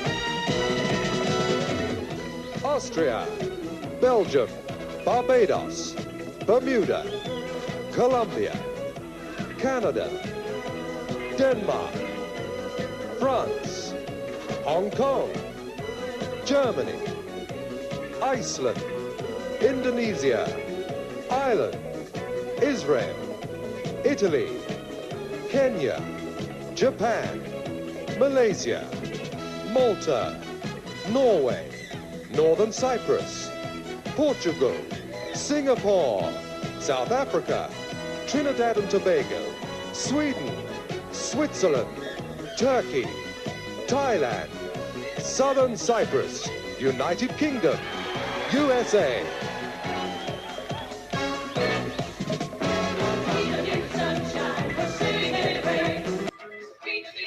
That's enough of that. Thank you very much. I told you it was a global event. Look, even Hong Kong were represented.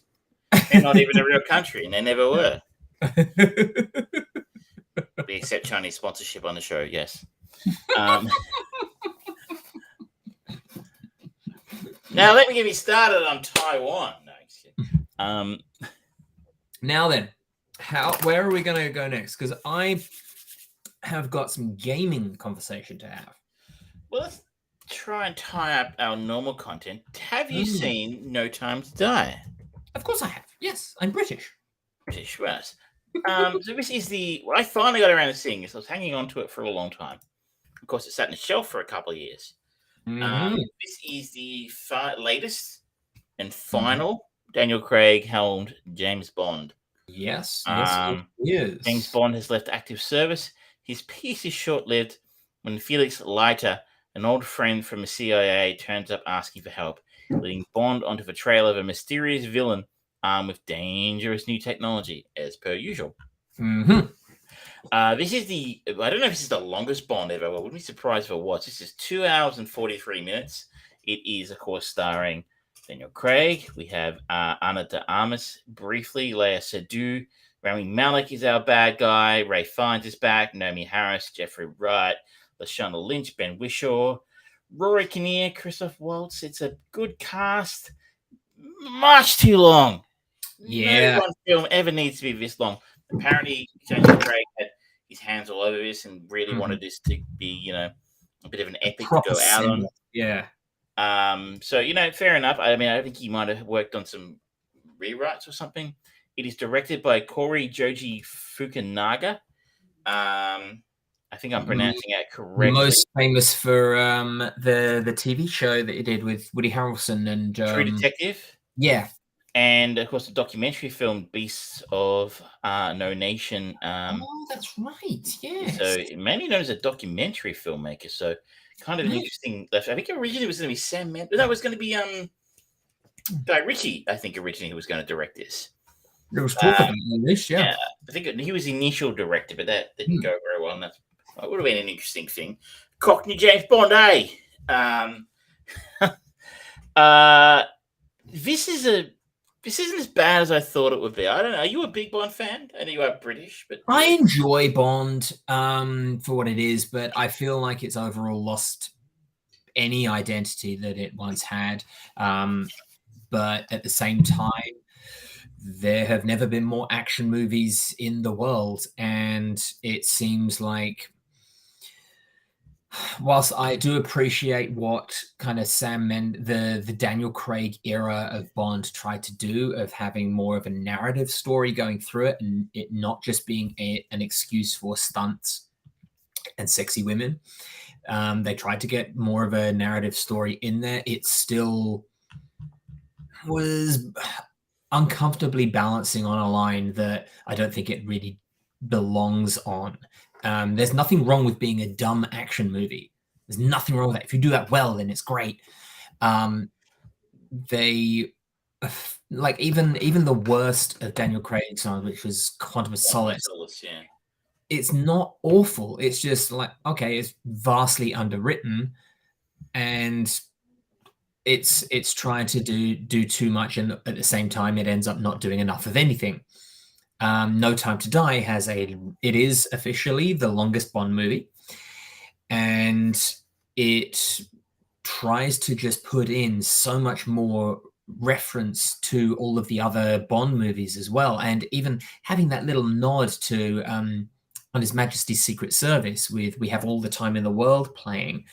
It's sort of like, okay, this is a big fanfare to Bond, but at the same time, what are you doing? I don't really know what you're doing. See, I didn't pick up on it. I'm not a Bond super fan by any stretch of imagination. And this is deeply, deeply unpopular opinion I'm about to share right now. But my favorite Bond is Pierce Brosnan. Look, I grew up with Roger Moore films, but they're kind of a bit goofy. But I like them with nipples era, and like you think of like with stunts and stuff like that. I used to read. My favorite was The Man with the Golden Gun. It's pretty goofy film when you look at it now. Christopher Lee. Christopher Lee was a great bad guy, by the way, but he always was. He's Christopher fucking Lee. I love the irony of Christopher Lee as well, because he actually knew for James Bond. Yeah, he actually knew Ian Fleming and shit. So he was actually, and like he actually was a spy in the war or something. Yeah. But I like the Pierce Brosnan films because they feel like they understood. Like I know they're unpopular and they're unfashionable now, and maybe you couldn't make those films now, but they understood what Bond was. Now it was action, pretty girls, bad puns, and a guy in a suit drinking martinis. Like, before Christmas only came once a year. Like I knew you can say that. It's the worst pun. I know. I really enjoy those puns. Like I love the dad jokes. It's like, but I don't know. I think he was suave and cool, and unflappable. Whereas Daniel Craig, I didn't think had any of those sort of features necessarily. He's kind of a badass. He's almost Jason Bourne reborn as James Bond. Yeah. And that's not to say I think he's a bad Bond at all. I mean, like I said, I'm hardly an aficionado. But I like most of the Bond film. I really like Casino Royale. That was a good one. I kind of thought, I know everyone loves Skyfall. I was a bit like, turning to Home Alone at the end. Like, did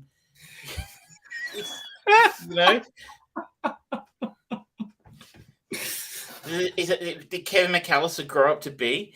Who do you think trained Bond?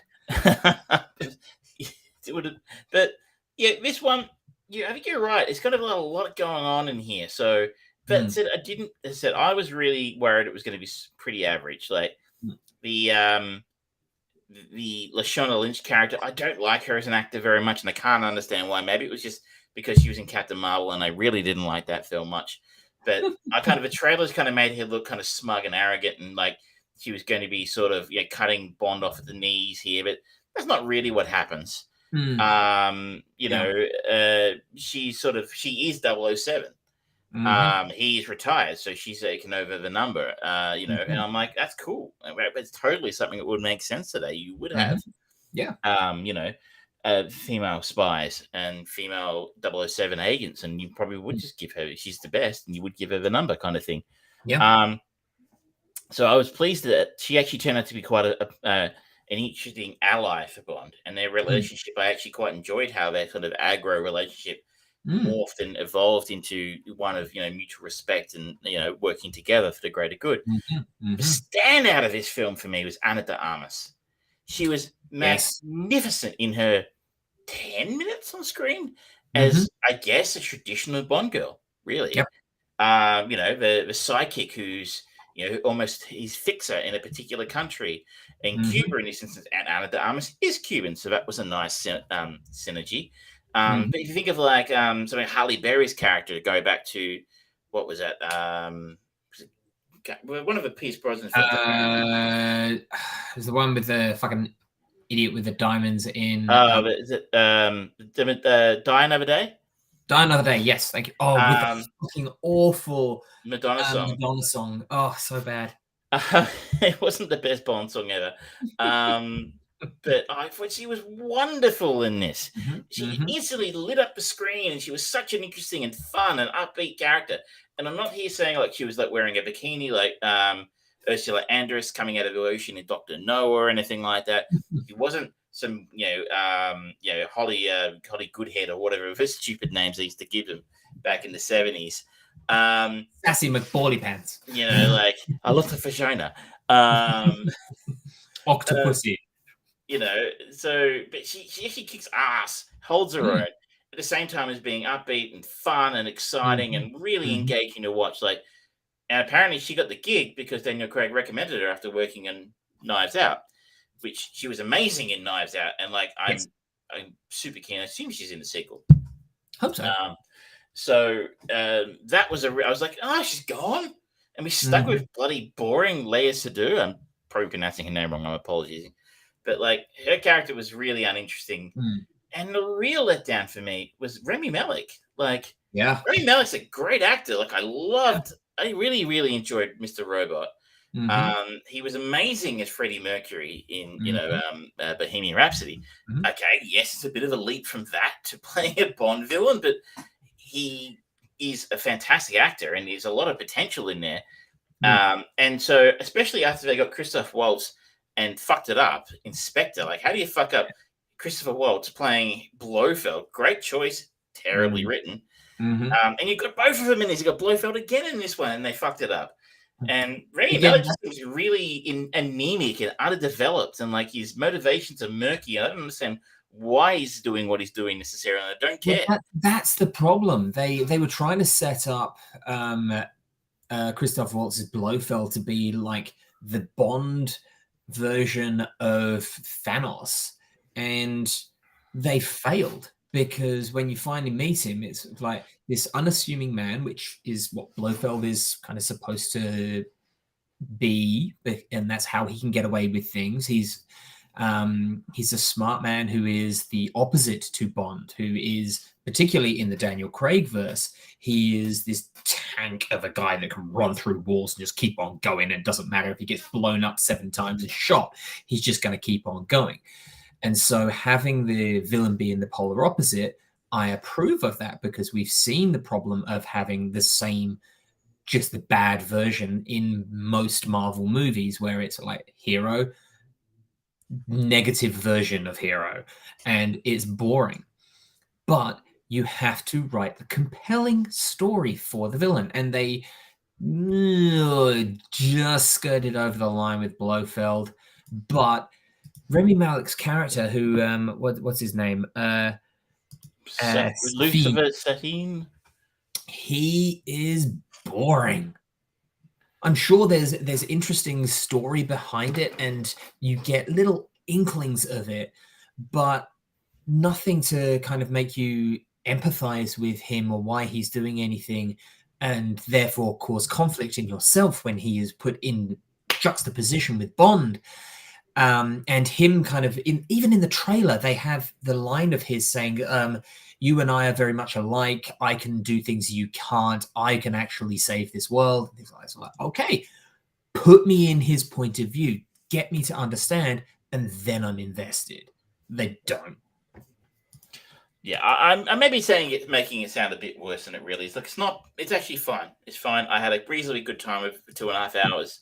Yeah. I said if you chuck 20 minutes out of it, 20 minutes, half an hour out of it, it would have been a lot more fun. It did overstay its welcome.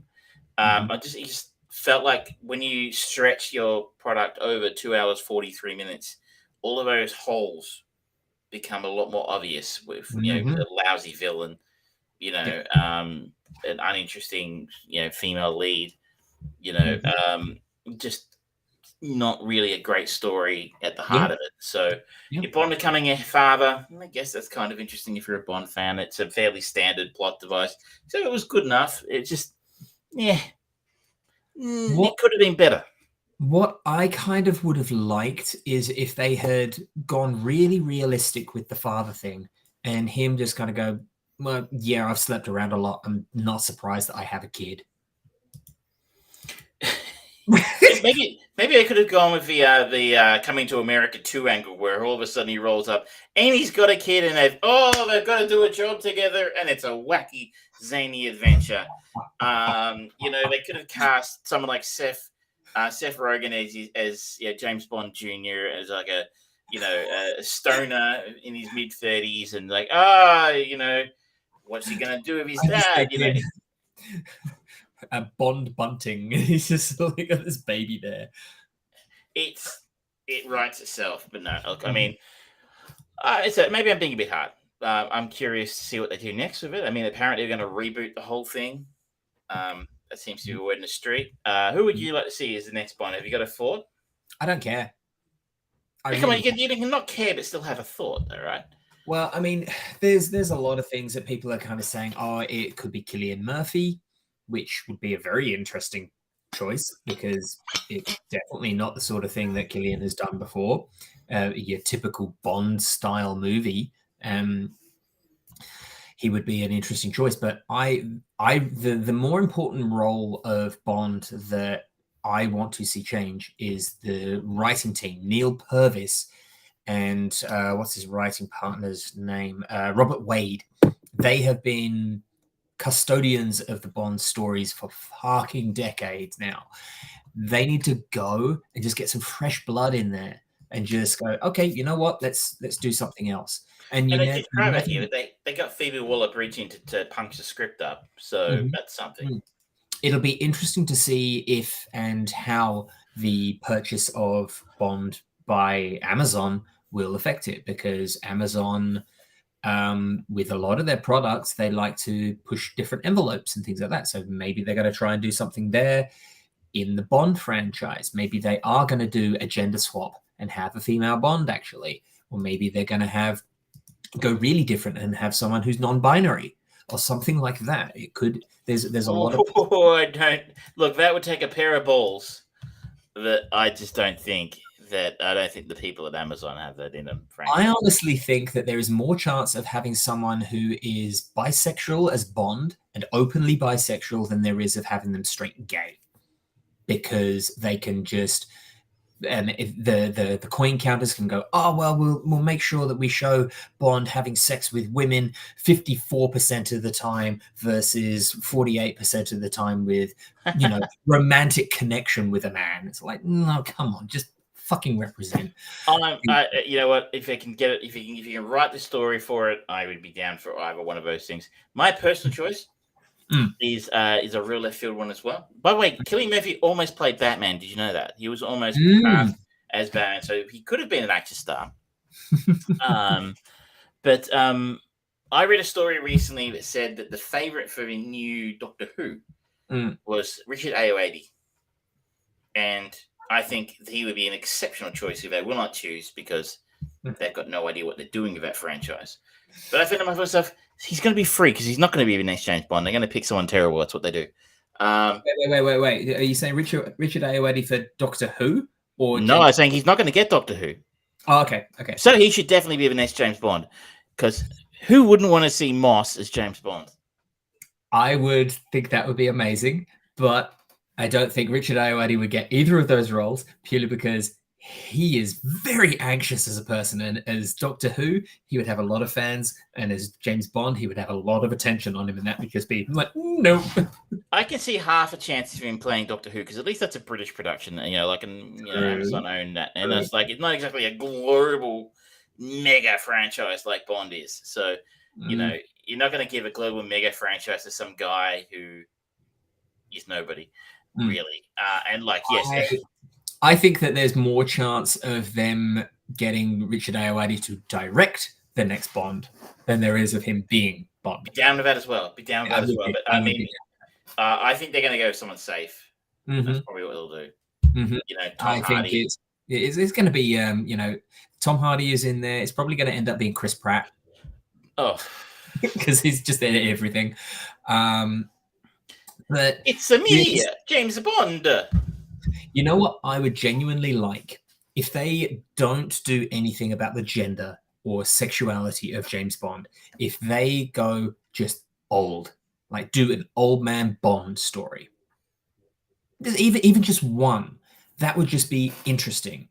They don't need to. I would much prefer to see that than going, oh, let's just do an origin story of James Bond, which goes into his young childhood as he's going through the training to become an MI6 agent. It's like, no, I don't care about that. Really don't.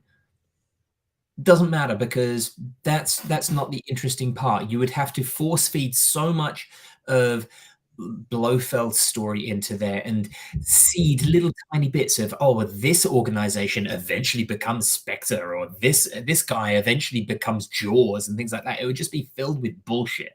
It wouldn't be interesting. There would be no point to it. So what you're saying is we need a James Bond Babies series. No.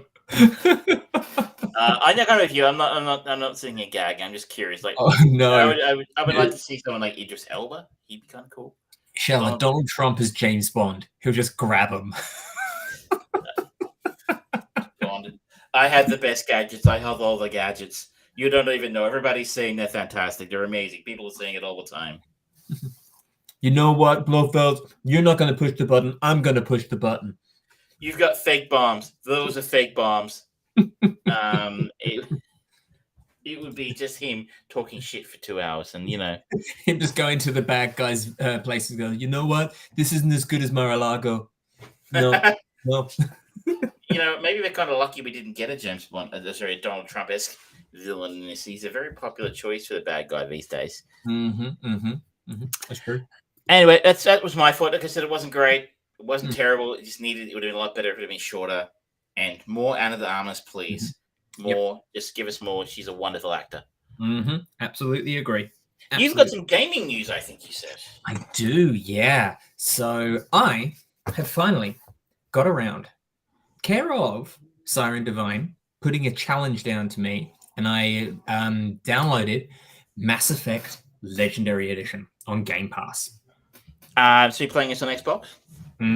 Yep. Xbox Game Pass Ultimate, you get access to EA Access, and it is free to download there. You get Mass Effect 1, 2, and 3. And I've never played these games before, but they are kind of legendary in the gaming world. There's some of the best Western RPG narrative storytelling interweaving of one game to the next with consequences and repercussions.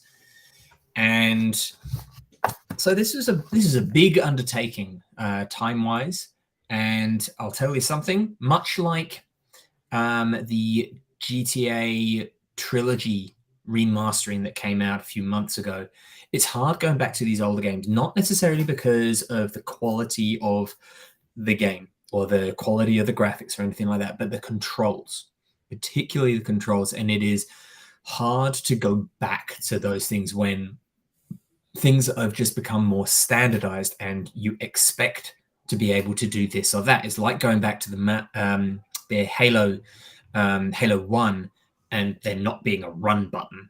It's like, what the fuck? This is a first-person shooter. Where's my sprint button? Come on. It feels weird. It feels hard. It feels old, and therefore it takes away the entertainment. However, so far I'm about 16 hours into Mass Effect 1, and while there are a few odd glitches, they have done a bit of a facelift to the graphics for this Legendary Edition. It's still really quite a compelling story and really open. And there are a couple of bits where there's a character called Rex in it. Have you played this game at all? No, never played it. Yeah. So there's a character called Rex in it, and he's this kind of like turtle-ish kind of alien creature in this big suit, and he's gruff and he's kind of cool, but he's got a bit of an attitude, and he would be a perfect space substitute for Raphael if they ever did Turtles in Space. Don't give them ideas. I'm just putting shit out there, and you've given them plenty of terrible ideas. And because of the conversations that I had with him and with other people and the reactions, there was a situation in the story where it was like, oh, fuck. I didn't want him to die. And there was no way around it. There was different ways of how I could end up killing him. But it was like, I didn't want him to die. And it felt weird. It felt wrong because I said, like, all right, I'm going to invest some time into leveling him up and making him cool. And he's always part of my team. He's the second to my first, and then change out the third. And suddenly it's like, all right. And then because of that action later on in the story, the person who ended up killing him for me, I was in a situation where I had to choose who I was going to save between them or this other person, and I chose the other person purely because that person killed Rex in the game. And that was just me, conscientious as the player, making that choice. So like, yeah, you killed the character I like, so you're dead. And it's really fascinating, really interesting. I'm really enjoying it. I'm heading towards the end game, but there's lots of side stuff to do. Apparently, it's like an average of about 40-hour playthrough if you want to go through and do most of the mini games and the mini quests and that sort of stuff. Some of them are really fucking boring. Like just, oh, go and survey these planets for these things and get experience. It's like, okay, that's really boring. I don't want to do that. And it doesn't explain a lot, like the use of powers and things like that. You have to trial and error quite a bit, which is something that I've noticed in a few games. Like Elden Ring, I was playing that before I went on holiday, and that doesn't really teach you anything either. It's very basic, but if you want to actually use your equipment and fine-tune it and just sort of like game the system as much as you can, you either have to go to the wiki or spend lots of time just really trial and erroring stuff. And I'm not into that. I'm into the story. So it's a barrier, but the story is interesting. It's compelling. It's driving me forwards. I'm looking forward to finishing this so I can get on with part 2 and part 3. But yeah, I just wanted to touch base with that one because I've never played this legendary game series. It's a shame that there aren't more games like that. I remember going back a long time now, but if you go back to something like Knights of the Old Republic 1 and 2, going back a long time now, those were what I loved about those games. Is you did some shit at the start of the game, ran out and caused some problems somewhere, or you fucked up a mission, fucked up a mission somewhere. And I remember it was a particular mission. It might have been the second one where you it was an underwater mission somewhere. If you fucked it up and you didn't succeed, all of a sudden Bacta supplies, which was the healing stuff, like the healing packs, all over the galaxy. We can't, because that was the main supply of Bacta was in that underwater mine or whatever. And everywhere you went after that, the price of the healing packs went up by 100% because all of a sudden the stuff they made it with was in super short supply because you fucked up. That's exactly, and funny how you say that because it's the same team. The same guys that made Knights of the Old Republic went on to make Mass Effect. So the fact that they are doing a remastering of Knights of the Old Republic, at least for PlayStation, I don't know if it's coming to Xbox. I think it might be a timed exclusive or something. I really want to go back and play that game because that was fucking amazing when it first came out. I know I can play it on my phone on 2 occasions. But the controls are horrible on a phone. Yeah. So that might be part of a remaster. Might be remapping and doing the controls, so it's a little bit more fun to play. You say the controls, it's a hard thing for the older games, but something of that, they just don't make games like that anymore. Like with that kind of depth in a role playing game. I just remember the first one where I remember picking it up from the shop and not really knowing anything about it. And then when you get to that point, sorry, spoilers, it is a 18-year-old game or something. When you figure out you're not just some pleb on a spaceship, you're a fucking Jedi. Yeah. And I can have a lightsaber? Fuck yeah, I was so excited. That's one of those singular moments in gaming that I can remember having. It's like there are so few. So I don't know if they don't make Mass Effect games anymore, have they? They're done with it now, right? Well, they did 1, 2, and 3. They did Mass Effect Andromeda. It didn't go well. It didn't go well.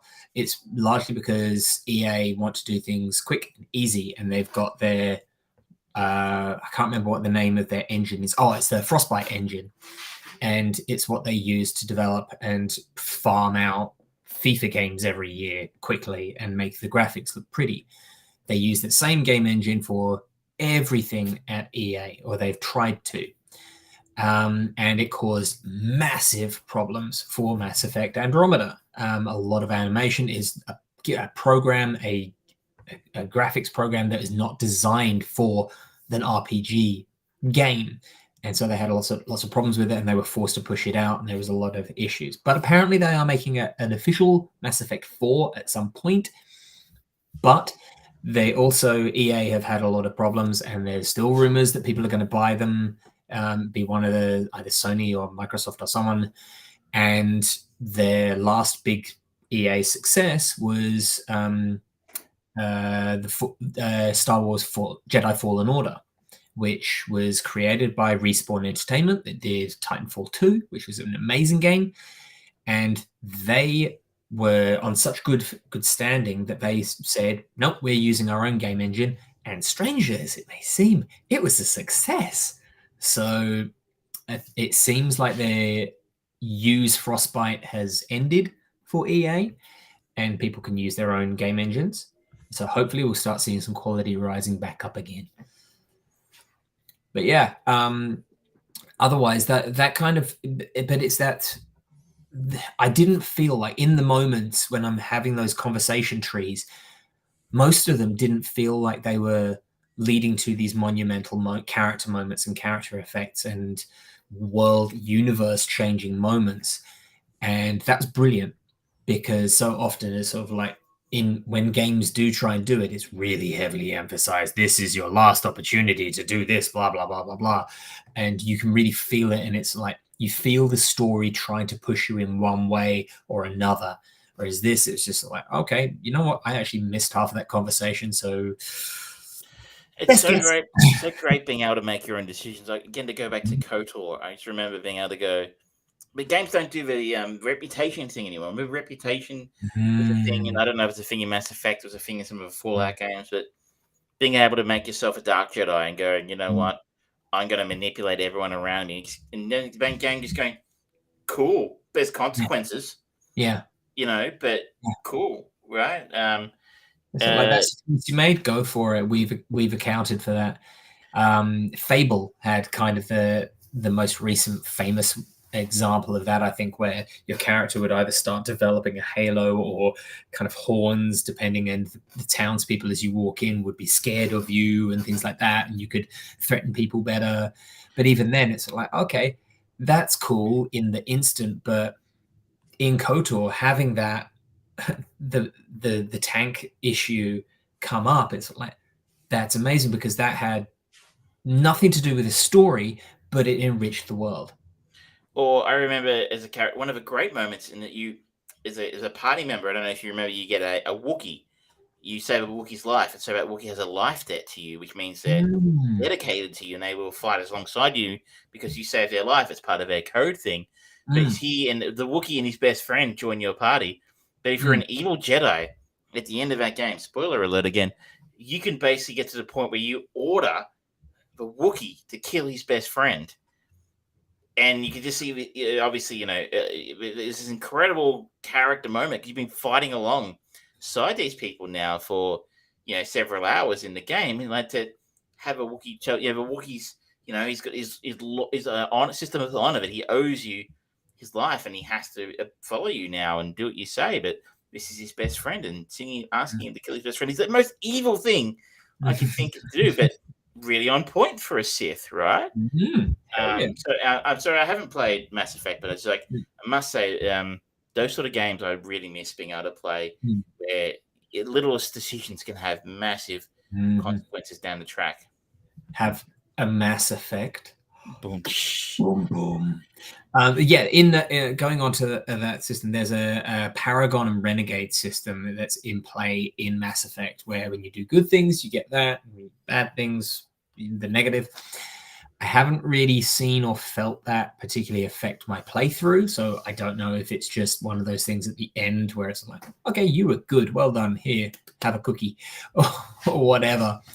I know that a lot of people do play through and go, oh, I'm just going full Renegade this time or full Paragon, and I don't know what effect that has. I don't know if I would want to go through the game again, because I feel like with these stories, it's like, all right, I'm making the decisions and the choices that I want to make in the moment. Yeah, there is that kind of side of, all right, well, what if I did that instead of this? But it's like 25, 30 hours just to see that result. That's a lot of time. Good call. Siren Divine, keep sending those recommendations to Justin over there. Shut up, fucking asshole. Have you got anything else this week? We were pushing 2 hours. Did you want to talk about Death on the Nile, or shall we Can we hold? park Death on the Nile quickly? Can we have 5 minutes? We have 5 minutes, people. We promise we are going away. This will end. I promise. Come with us. So we quickly talk about Coda. Yes, let's talk about the Oscar winner. I think we just parked. We sort of went away when the Oscars happened. And nothing interesting happened at the Oscars. By the way, you didn't miss anything if you didn't watch it. No. Nothing interesting at all. But in the second sort of year in a row, a very small independent film won Best Picture. I think it's independent. It is on Apple, but I don't think it's an Apple. I don't know if they funded it. I'm not sure. But Coda is your Best Picture winner, Academy Award winner for 2022. I didn't even know what Coda stood for before, because I thought it went in the word Coda, which means I don't even know what the word means, but I know it's a word. It's a musical thing, right? Yeah. Coda, as a coda, CODA, child of deaf adults. That's what it stands for. It is an acronym. Ruby is the only hearing person in a deaf family. When the family's fishing business is threatened, Ruby finds herself torn between pursuing her passion at Berklee College of Music and her fear of abandoning her parents.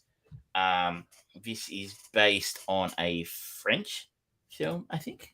La Famille Bellière. Excuse my French. But I'll be here. I fought in your general direction. You dirty Englishman. To a tiny brand of wipers of other people's bottoms. We've offended the French. We've offended the Irish. Robert Kirkman. It just keeps going. So Emilia Jones plays Ruby, and she's fucking outstanding. And she is a star in the making. I don't know, but I've seen her in other things. She hasn't done a whole lot. She's a bit Lock and Key. I didn't see any of that, but she's wonderful in this.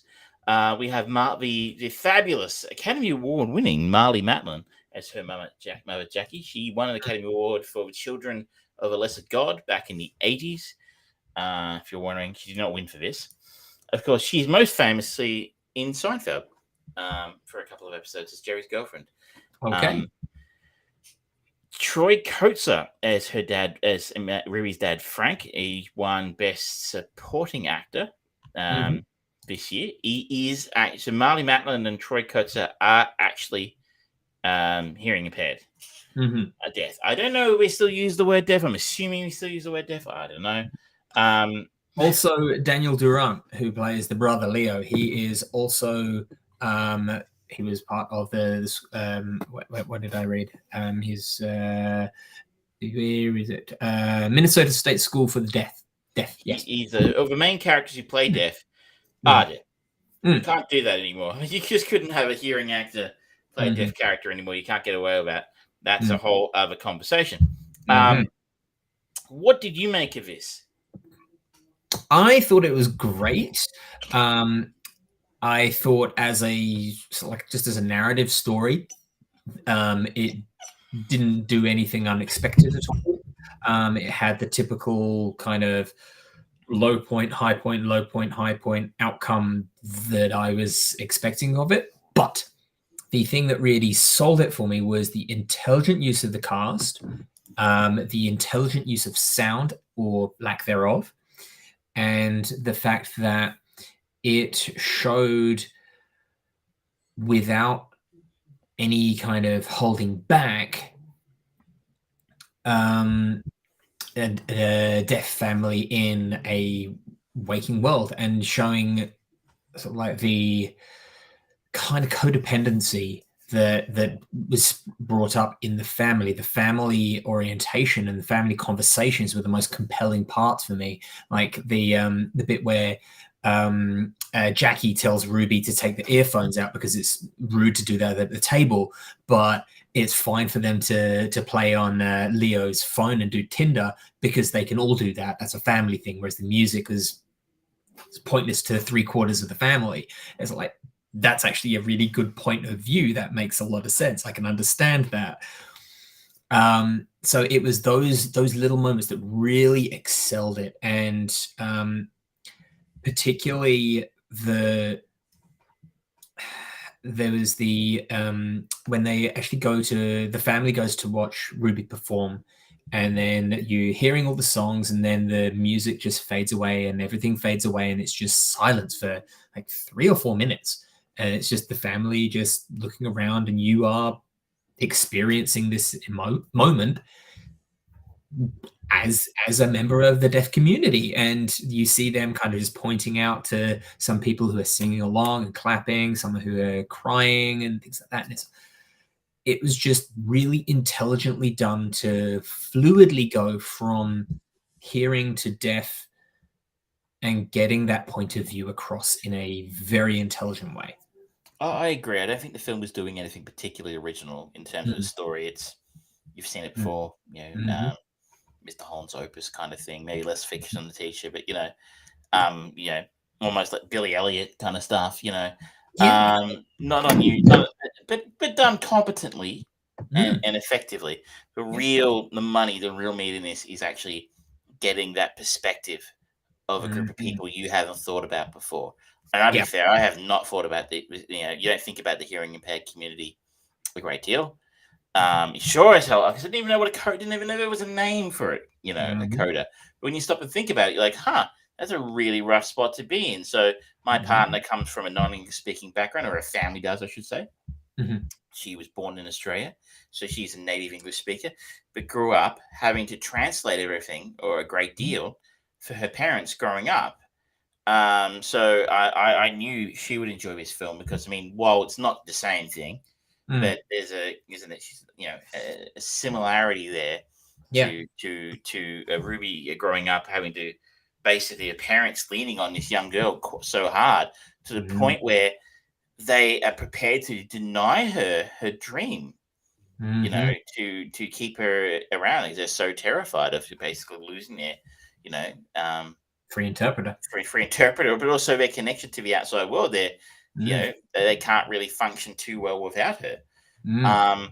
And you note that moment where they're sort of sitting there quietly in the theater watching her sing, but they can't hear it. So it's almost like they're aliens observing humans around them. They're almost a different species in a way. Like that's what they mean. They're made to like going, oh, my buttons are all wrong, things like that. It's not their fault, but it's the people around them. It's the world who's making them feel like they are alien in this environment. And it did a lot of things for me. One thing that you sort of see sometimes, and I'll put my hand up and say it's maybe in an ignorant perspective, but you can find sign language interpreters. You can videos of these people on YouTube at thrash metal concerts, hip hop concerts. In fact, I highly recommend finding the interpreter doing the sign language version of Rap God by Eminem.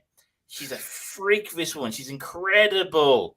Or, there's videos of like Lamb of God with like sign language interpreters like doing the and you sort of used to think to myself sometimes, why would a deaf person go to a concert? No disrespect, we're welcome to go to a concert, but like you can't hear it.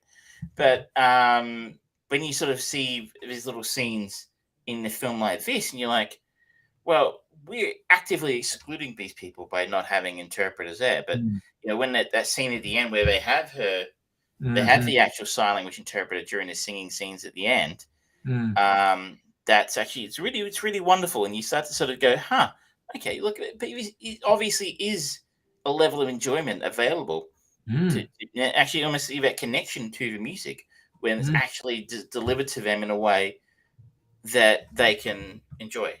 It's like the kind of throwaway line of Ruby explaining why Frank listens to hip hop because of the bass. You can feel it in the car. It's like that makes sense. And then at the end, where he just holding her throat so that he can feel the vibrations while she sings. Beautiful scene, beautiful. And it just really, for me, reinforced it. Like there's a lot of controversy these days about making things woke, and I think there's been some criticism of this film for being a woke choice for Best Picture. And I think it's just the perfect demonstration in a story to show people and go, this is why it's important Yeah. that when we have the COVID briefings has been what I keep thinking of. Every time we had a COVID briefing in Australia, they had a sign language interpreter there alongside whoever it was who was doing the conference. It's a very, very minor thing that doesn't impact anybody else, but it makes their life significantly easier and brings them into the conversation. Or if you're going to a gig, a concert, to have that available. I don't know if I know they don't all have them because I can't recall ever seeing one in Australia. Yeah. I recall going to uni with a deaf girl who used to have somebody provided who would actually do sign language during the lectures. So it's a really great film, I think, to show people, give people a little bit of a snippet of what it's like to be in somebody else's body for 5 minutes. And I would recommend this alongside The Sound of Metal, the Riz Ahmed film from last year. Yeah, did a similar thing to really help people start to understand a little bit of the tiniest little smidgen of what it's like to be somebody in those shoes. It's quite interesting that now in my mind there are 3 movies that have very intelligently used silence to elicit a response from the audience. And now we're at a point where this one won an Oscar.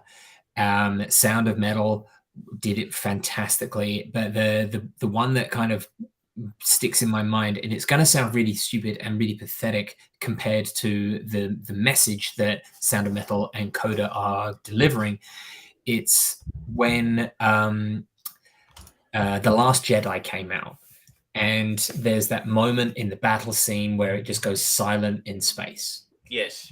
And people had to put signs up to say, oh, no, it's not it's deliberate. Deliberate. And it was that inciting incident, I think, that maybe shook people awake to realize the importance and the potency and the power of music, soundtrack, score, and particularly silence in a movie to represent and to open up something in an emotional way. So good in this. I think it's a really good call. I mean, I think it's best known to anybody who listens to the show, but I wasn't the biggest fan of The Last Jedi. But that moment was probably one of the greatest moments in cinema, I think. It was stunning. It was an incredible moment in that film, and I can't speak highly enough of that choice. And a good call. You're right. It's one of a really great use of silence. Yeah, and it's particularly important. And this movie has made me start. Coda has made me think about myself. I am mildly colorblind, and I always really appreciate it when I can go into the settings on a game and click on the colorblind option, and particularly if you can choose which colorblind demographic you fall under, because suddenly puzzle games and things like that, and the heads-up display on the game, I can suddenly see it. It makes more sense. It's like, oh, okay. And just that little bit of change in something that is not, it doesn't generally affect my life, my colorblindness, but it makes a big difference when the option is there. And so for someone who is hearing impaired or has another disability that makes just everyday life harder, I can suddenly get, by orders of magnitude, understand. So like, wow, yeah, that would be amazing. If there was one person in every shop that I worked in that could sign, for example, that would be phenomenal. Just wonderful service for someone to be able to go in and just have a conversation about what would be good for my son or daughter or blah, blah, blah, blah, and actually be able to do it rather than just hope that they can read your lips. That's amazing. I kind of wish I'd learned when I was a kid. I know I could probably learn now, but honestly, I don't have time. I don't have brain anymore. Yeah, I'm old and my brain's full. So, that's my excuse and I'm sticking to it. Yes. But if you have a chance, I think it's available on the Apple streaming service. It's an Apple original, so I imagine it's on there. Great for kids. Really, I think a decent family film. If this is what family films should be. Yep. So if you're looking funny for something, too. It is funny. It's entertaining. Yeah. It's charming. It's fun. It's enlightening. It's always good thing. So Mhm. can't recommend it highly enough. It did deserve its award. Yeah, absolutely agree. And I think we'll hold off on Death and Nile so we don't get too in the tooth. Agreed. Thank you so much, ladies and gentlemen, for joining us. Thank you, Shell. Thank you, Siren Divine, for being in the chat. Do appreciate it. Don't forget, you can always rewatch and put into the conversation there if you've got a recommendation for a movie. Don't forget, you do have to give us a reason why. That is the stipulation. Otherwise, we will continue to be in the driving seat, and no one really wants that, frankly. We've not got much in the for next week. I don't think we'll have anything of the major new movie releases. We're going to be a week away from Doctor Strange, but Yeah, maybe I'm sure there'll be other things we can catch up on. So yeah, I think it might actually end up, just because of timing, it might end up being 3 weeks before we can actually review Doctor Strange, because I think early release is Wednesday, which is launch night. And I'm seeing it on the 9th, so you're probably right. But maybe we can do a special Strange cast. Strange cast. Just to quickly talk about it, but we'll see what happens. But yeah, otherwise, we've got a new season of Better Call Saul. I might have had a chance to get around to watch some of that next week. I will be making sure that I start watching some Severance, and there'll be more Moon Knight, and I think there was another show that I was going to start looking at. I can't remember what it was though. Well, what, you're gonna have to tune in next week to find out. We'll have Idle Hands. Story. There'll be no Thomas the Tank Engine movies unless Siren Divine's got another one to recommend. Not. So percussions for Siren. Thank you everyone for joining us, and we will see you again next time. Have a good night, ladies and gentlemen.